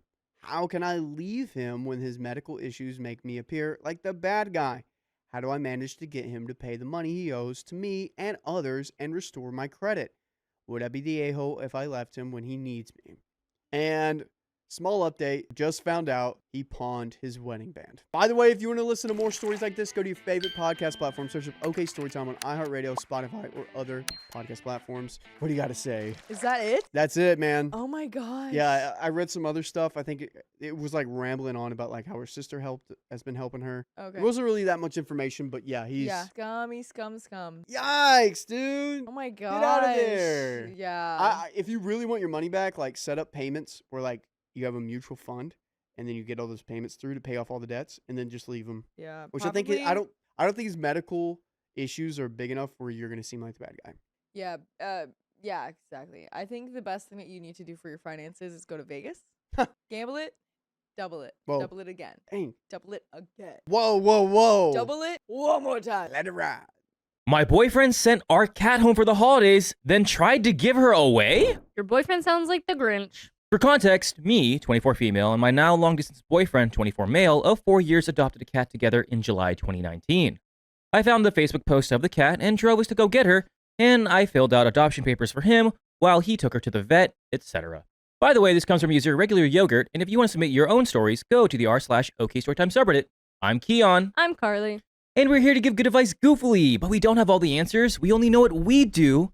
So, let us know what you do in the comments. As Opie says, I did not put my name on the adoption papers at the time since my roommates were allergic and I was busy with school. A lot of the responsibility for the cat was on my boyfriend for about 2 years since he had a full-time job as a waiter and bartender and he lived in a house versus me in an apartment. I also helped him pay for some vet fees along the way and spent time with both him and the cat during all those years. Fast forward to 2020. You know what happens then? Where he had to move back to his parents' home during the pandemic, and the cat was with his mom. His mom initially hated cats until she met our cat. She took care of the cat for around 6 months until he had to move for school. I had agreed to take in the cat when I moved to another state for a job. His mom did not want to take care of our cat any longer, so he asked me since I was moving out and getting my own place. I took her in this past summer, so I have been living with her every day for about months, and I have grown much more emotionally attached to her. I have even considered having her registered as an emotional support animal. Cute. Present December 2021. Although I originally planned to find a sitter in my new city, he asked me to fly our cat back to me and my boyfriend's home state because his mom missed her. I was initially wary because I had friends saying they could sit her, so I wasn't sure I wanted to have her fly. He constantly kept telling me to take her back to his mom's place and made me feel bad since his mom missed the cat very much. Why doesn't the mom come over and pick her up? I finally agreed I would take her to his mom's since it was cheaper than a sitter and because it was the holidays. And I knew his mom had really missed the cat. We agreed that he would fly the cat back with him because he was supposed to visit me in January 2022. Then all of a sudden, he revealed to me over text that if his mom decided to keep our cat, he would let her? That's weird. Our cat is currently at his mom's house. I felt extremely betrayed by his sudden decision with no prior discussion, and we started to argue about his decision that came from nowhere and was not agreed upon in our initial plan. He said it would save me time and money, and that I wouldn't have to keep finding a sitter. He said he would ask his mom if she would keep the cat, and that I had no say in this since he is her main owner and has taken care of her longer even though he sees me as a co-parent. He thinks it is the best option for the cat because I have a full-time job and live alone, so I can't give the cat enough attention. Right? He said that initially, before giving the cat under my care, he wanted his mom to take care of her. In my defense, my job is fully remote still, and I usually spend all day at home with our cat. I am more than financially able to take care of the cat, and I have friends who are more than happy to take care of her if I am away for a short amount of time. I've paid for several vet visits, vaccines, and have long-term materials for her at my apartment. I also got her microchipped. He swore she was chipped. She was not. As well as a caller ID, both registered to my name and address. We have a text from him. I tried my hardest to convince my mom to keep her with her since you were being hesitant after making the promise to take her when you moved and I found out I was heading to said city. But she didn't want to because of the promise you'd make to take her in the first place. Also, nothing is decided at all at this point, and I am free to decide what I feel is best when it comes to Luna. Because while you are a co-parent and have invested both emotionally and financially in taking care of Luna these past few months, but that's it. My mom has done the same, if not more, for Luna as well, so that argument just does not hold value. I am the majority shareholder for Luna. Always was and always will be, so if I go home and mom says that she wants to keep Luna around for real this time, I'm going to let her do that. I'm kind of like, if the paperwork is signed in his name, if the reason that he reached out to his mom is because you were hesitant, because your roommates were allergic, because of like all these factors, and now mom is finally like, well, yeah, I totally could just keep her around. And maybe he's also just kind of like, I don't really want to have to sometimes financially support this cat or take care of this cat anymore. And he's just kind of like, I'd love for my mom to keep the cat. Like, you really can't do much. Unfortunately. It sucks.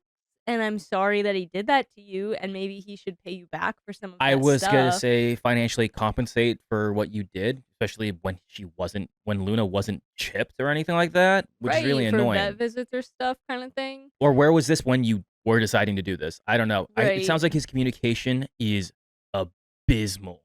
Like, I do fear, though, that there's not much. Which is fair. Which I bring up the case of, you have all this cat stuff, maybe adopt a cat. Yeah, why don't you get a cat? Yeah. If this is gonna be like, yeah, I guarantee you are emotionally attached to Luna, which does suck. I get it. You can't just replace Luna with another cat. But if you don't want to, like, take all the stuff or get really upset about it, Yeah. and you're like, I want to be a pet owner. Foster. Yeah. This could be opening the door for you for having a pet. But it does suck because of the paperwork. Yeah. OP says, I'm super hurt by this and feel tricked since this was not our agreement when I flew in with the cat. I feel like he wouldn't even have the cat if it wasn't for me. I also feel that he didn't care about my feelings, used me as a babysitter, disrespected me, talked down to me, and didn't even listen to my opinion as a co-parent. I would agree. I also agree. Yeah. I'm also not saying you should keep this boyfriend around. He can go with the cat. And you can come with us by listening to full episodes with stories just like this one. Just go to your favorite podcast app, such as Spotify, iHeartRadio, Apple Podcasts, or wherever you listen to podcasts, and look up Okay, story time. We have many stories. We have a little bit left here. I told him that if he did this, I would never forgive it. And he claims that I was being selfish for not thinking about what is best for our cat. I honestly don't know what to do in this situation other than my feelings are of hurt and anger. I do not want to break up, but I think that may be the only option. I think at this point, that's what you're feeling, girly. And we got an update. Guess what? They broke up. OP dumped him. Nice. Yeah. Nice. Well, here we go. Update, I dumped him and will be trying to get the cat back, but not sure how possible it may be. Thank you all for the advice. That is in the story. Yeah. I don't think you're, especially since you dumped him. And I feel bad being like, I just don't think you're going to get, like, and being so nonchalant about it. Like, that's devastating, obviously. But I am worried about it. Yeah, it's a really big uphill battle that I feel like, especially since the cat's there, you dumped him. The cat, like his mom wants the cat. They could kind of just block you and move on with The cat's everything. in his name. You can't do much, OP. I'm really sorry. It's sad. Yeah, but I mean, Take the time to heal, and then, like we said, we foster or look for another adoption. yeah, don't if you throw have away the stuff you have. You have all Yeah. that stuff ready. Or I know. if you're genuinely like, can't do another cat, donate that stuff to an animal shelter. Our kitten jumped on my boyfriend's minifigures, and now he is furious. Oh no, our minifigures. They're broken. Well, they're his minifigures, actually. I, female 26, have been with my boyfriend, male 25, for nearly 3 years. I'm going to go ahead and clarify that my boyfriend has autism, ADHD, and anger issues. Not that it excuses his actions, but just to let people know what is going on. By the way, this comes from user ImportantJunket834, and if you want to submit your own stories, go to the r/OKStorytime subreddit. I'm Keon. I'm Carly. And we're here to give good advice goofily. We only know what we do. We don't have all the answers. So please let us know what you do in the comments. Please. OP says, we have a 5-month-old kitten that we got last month. He is sweet, cuddly, playful, and generally pretty well behaved. He's also potty trained and everything. Dang, he came potty trained just like that? Sweet. Cats are pretty easy. He is a joy to have, at least I think so. Yesterday, like any cat, he decided he wanted to get into some mischief and tried jumping on the windowsill in our bedroom. Mm-hmm. He accidentally dropped onto a set of shelves that contained some anime figures my boyfriend likes to collect. None of them got broken or anything like that, and they are pretty cheap since we are talking the $5 to $15 range. Of course, our kitten was rightfully scolded. However, my boyfriend decided to shut our kitten in the bathroom and then proceeded to literally tell our cat to stop hissing at him. All right? So I do think there's also a thing that cats can't learn negative reinforcement.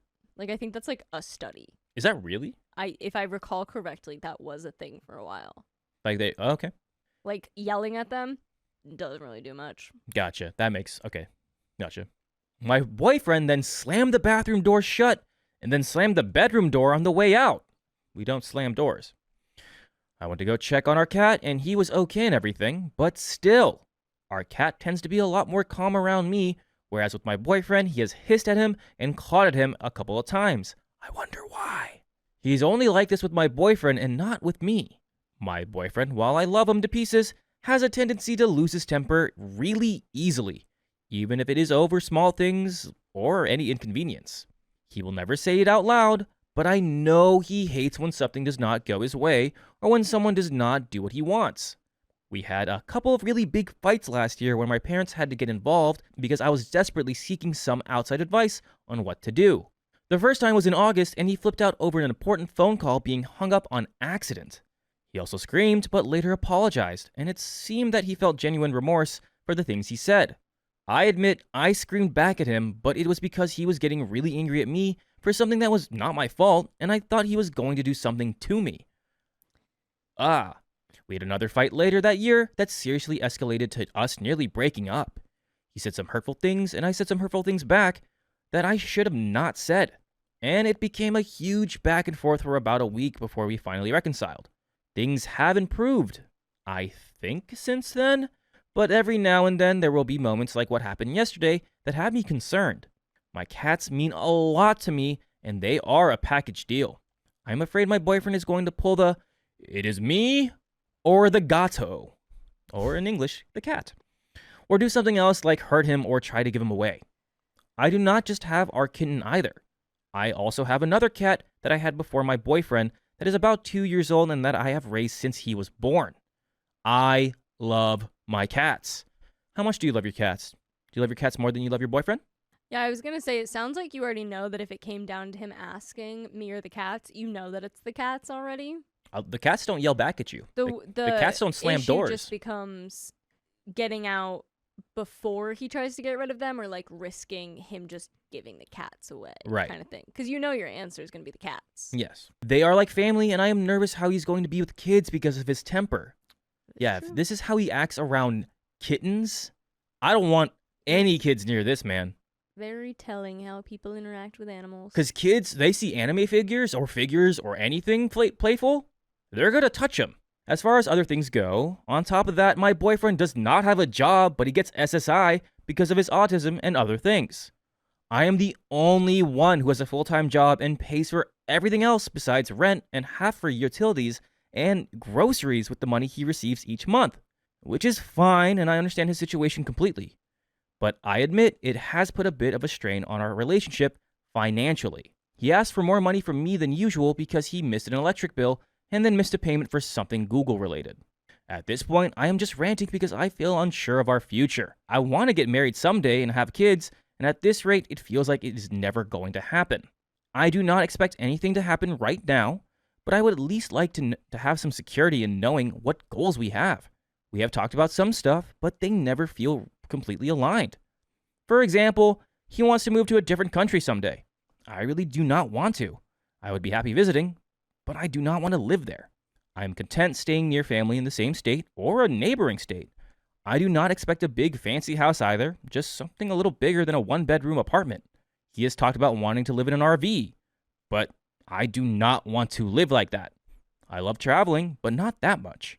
It is odd because he really can be quite sweet and caring, but on the flip side, he can also be temperamental and get impatient with me. Anyway, I've gone on for way too long, and I do not know if anyone is going to read my post. We read it, but I could really use some advice. Pretty please and thank you. I really love him and want to give him the benefit of the doubt, but I am at my wit's end. I can give more info if needed. And, by the way, I can give you more episodes if needed. All you gotta do is just go to your favorite podcast app, Spotify, Apple Podcast, iHeartRadio, and search up Okie Storytime. We have plenty of episodes there. There is a little bit left. Carly. Sounds like you know you don't want to date this dude anymore. I feel like you guys are just incompatible. You've already had 2 major fights. At the very core of it, too, like, if he can't understand that the cat just accidentally knocked over cheap minifigures and it was obviously an accident, and, like, yes, you can get upset about it, but literally nothing was broken. Yeah. And you had, like, he a massive freak out about it and started screaming at the cats. Like... And I get it. He's got to to understand that the cats are going to cat. And I get it. He has autism. He has ADHD. He has temperament issues. But those aren't excuses to, especially since nothing was broken. If there was something that did break, I don't want to imagine if this is his aggression or his level of aggression to just something minimal like this. I don't even want to know what can get out of hand. I don't know. He just doesn't sound safe in general. I would talk to him about his temperament and see if that can get worked on. But at the end of the day, what's best for your sanity, your health, the safety of your cats? I don't know. It just doesn't seem like it's going to be with this guy, especially since you guys are on way different wavelengths of what you want to do in the future. So. Agreed. We have an edit. I forgot to put in some stuff regarding our kitten. It is not the first time he has gotten impatient with him. He has a bad habit of being a little forceful with him. He constantly tries to get our kitten to do what he wants, and as a cat owner, we all know how well that goes. I've had cats my whole life. I know how it is. I am also aware that I will probably get some negative comments, which I am prepared for, but please be honest with me. Thank you. I'm going to be honest with you, OP. There are plenty fish out in the sea, and this one does not look like a good fish. Especially saying that you want kids and stuff. If he's forceful with a kitten not behaving, I would be worried for force on a toddler Yeah. or an infant that's not behaving. Because usually pets are like the practice or the pre-practice before having a kid. And if this is how he's acting with pets, Yeah, I don't know. I He don't needs know. anger issue help. Yeah. And if he's willing to get that, then maybe. But also, you're kind of taking care of him. You're financially supporting him, and he's not looking for a job. He's not trying to do that. You deserve better, OP, than trying to take care of 2 cats and a full-fledged human right now. So,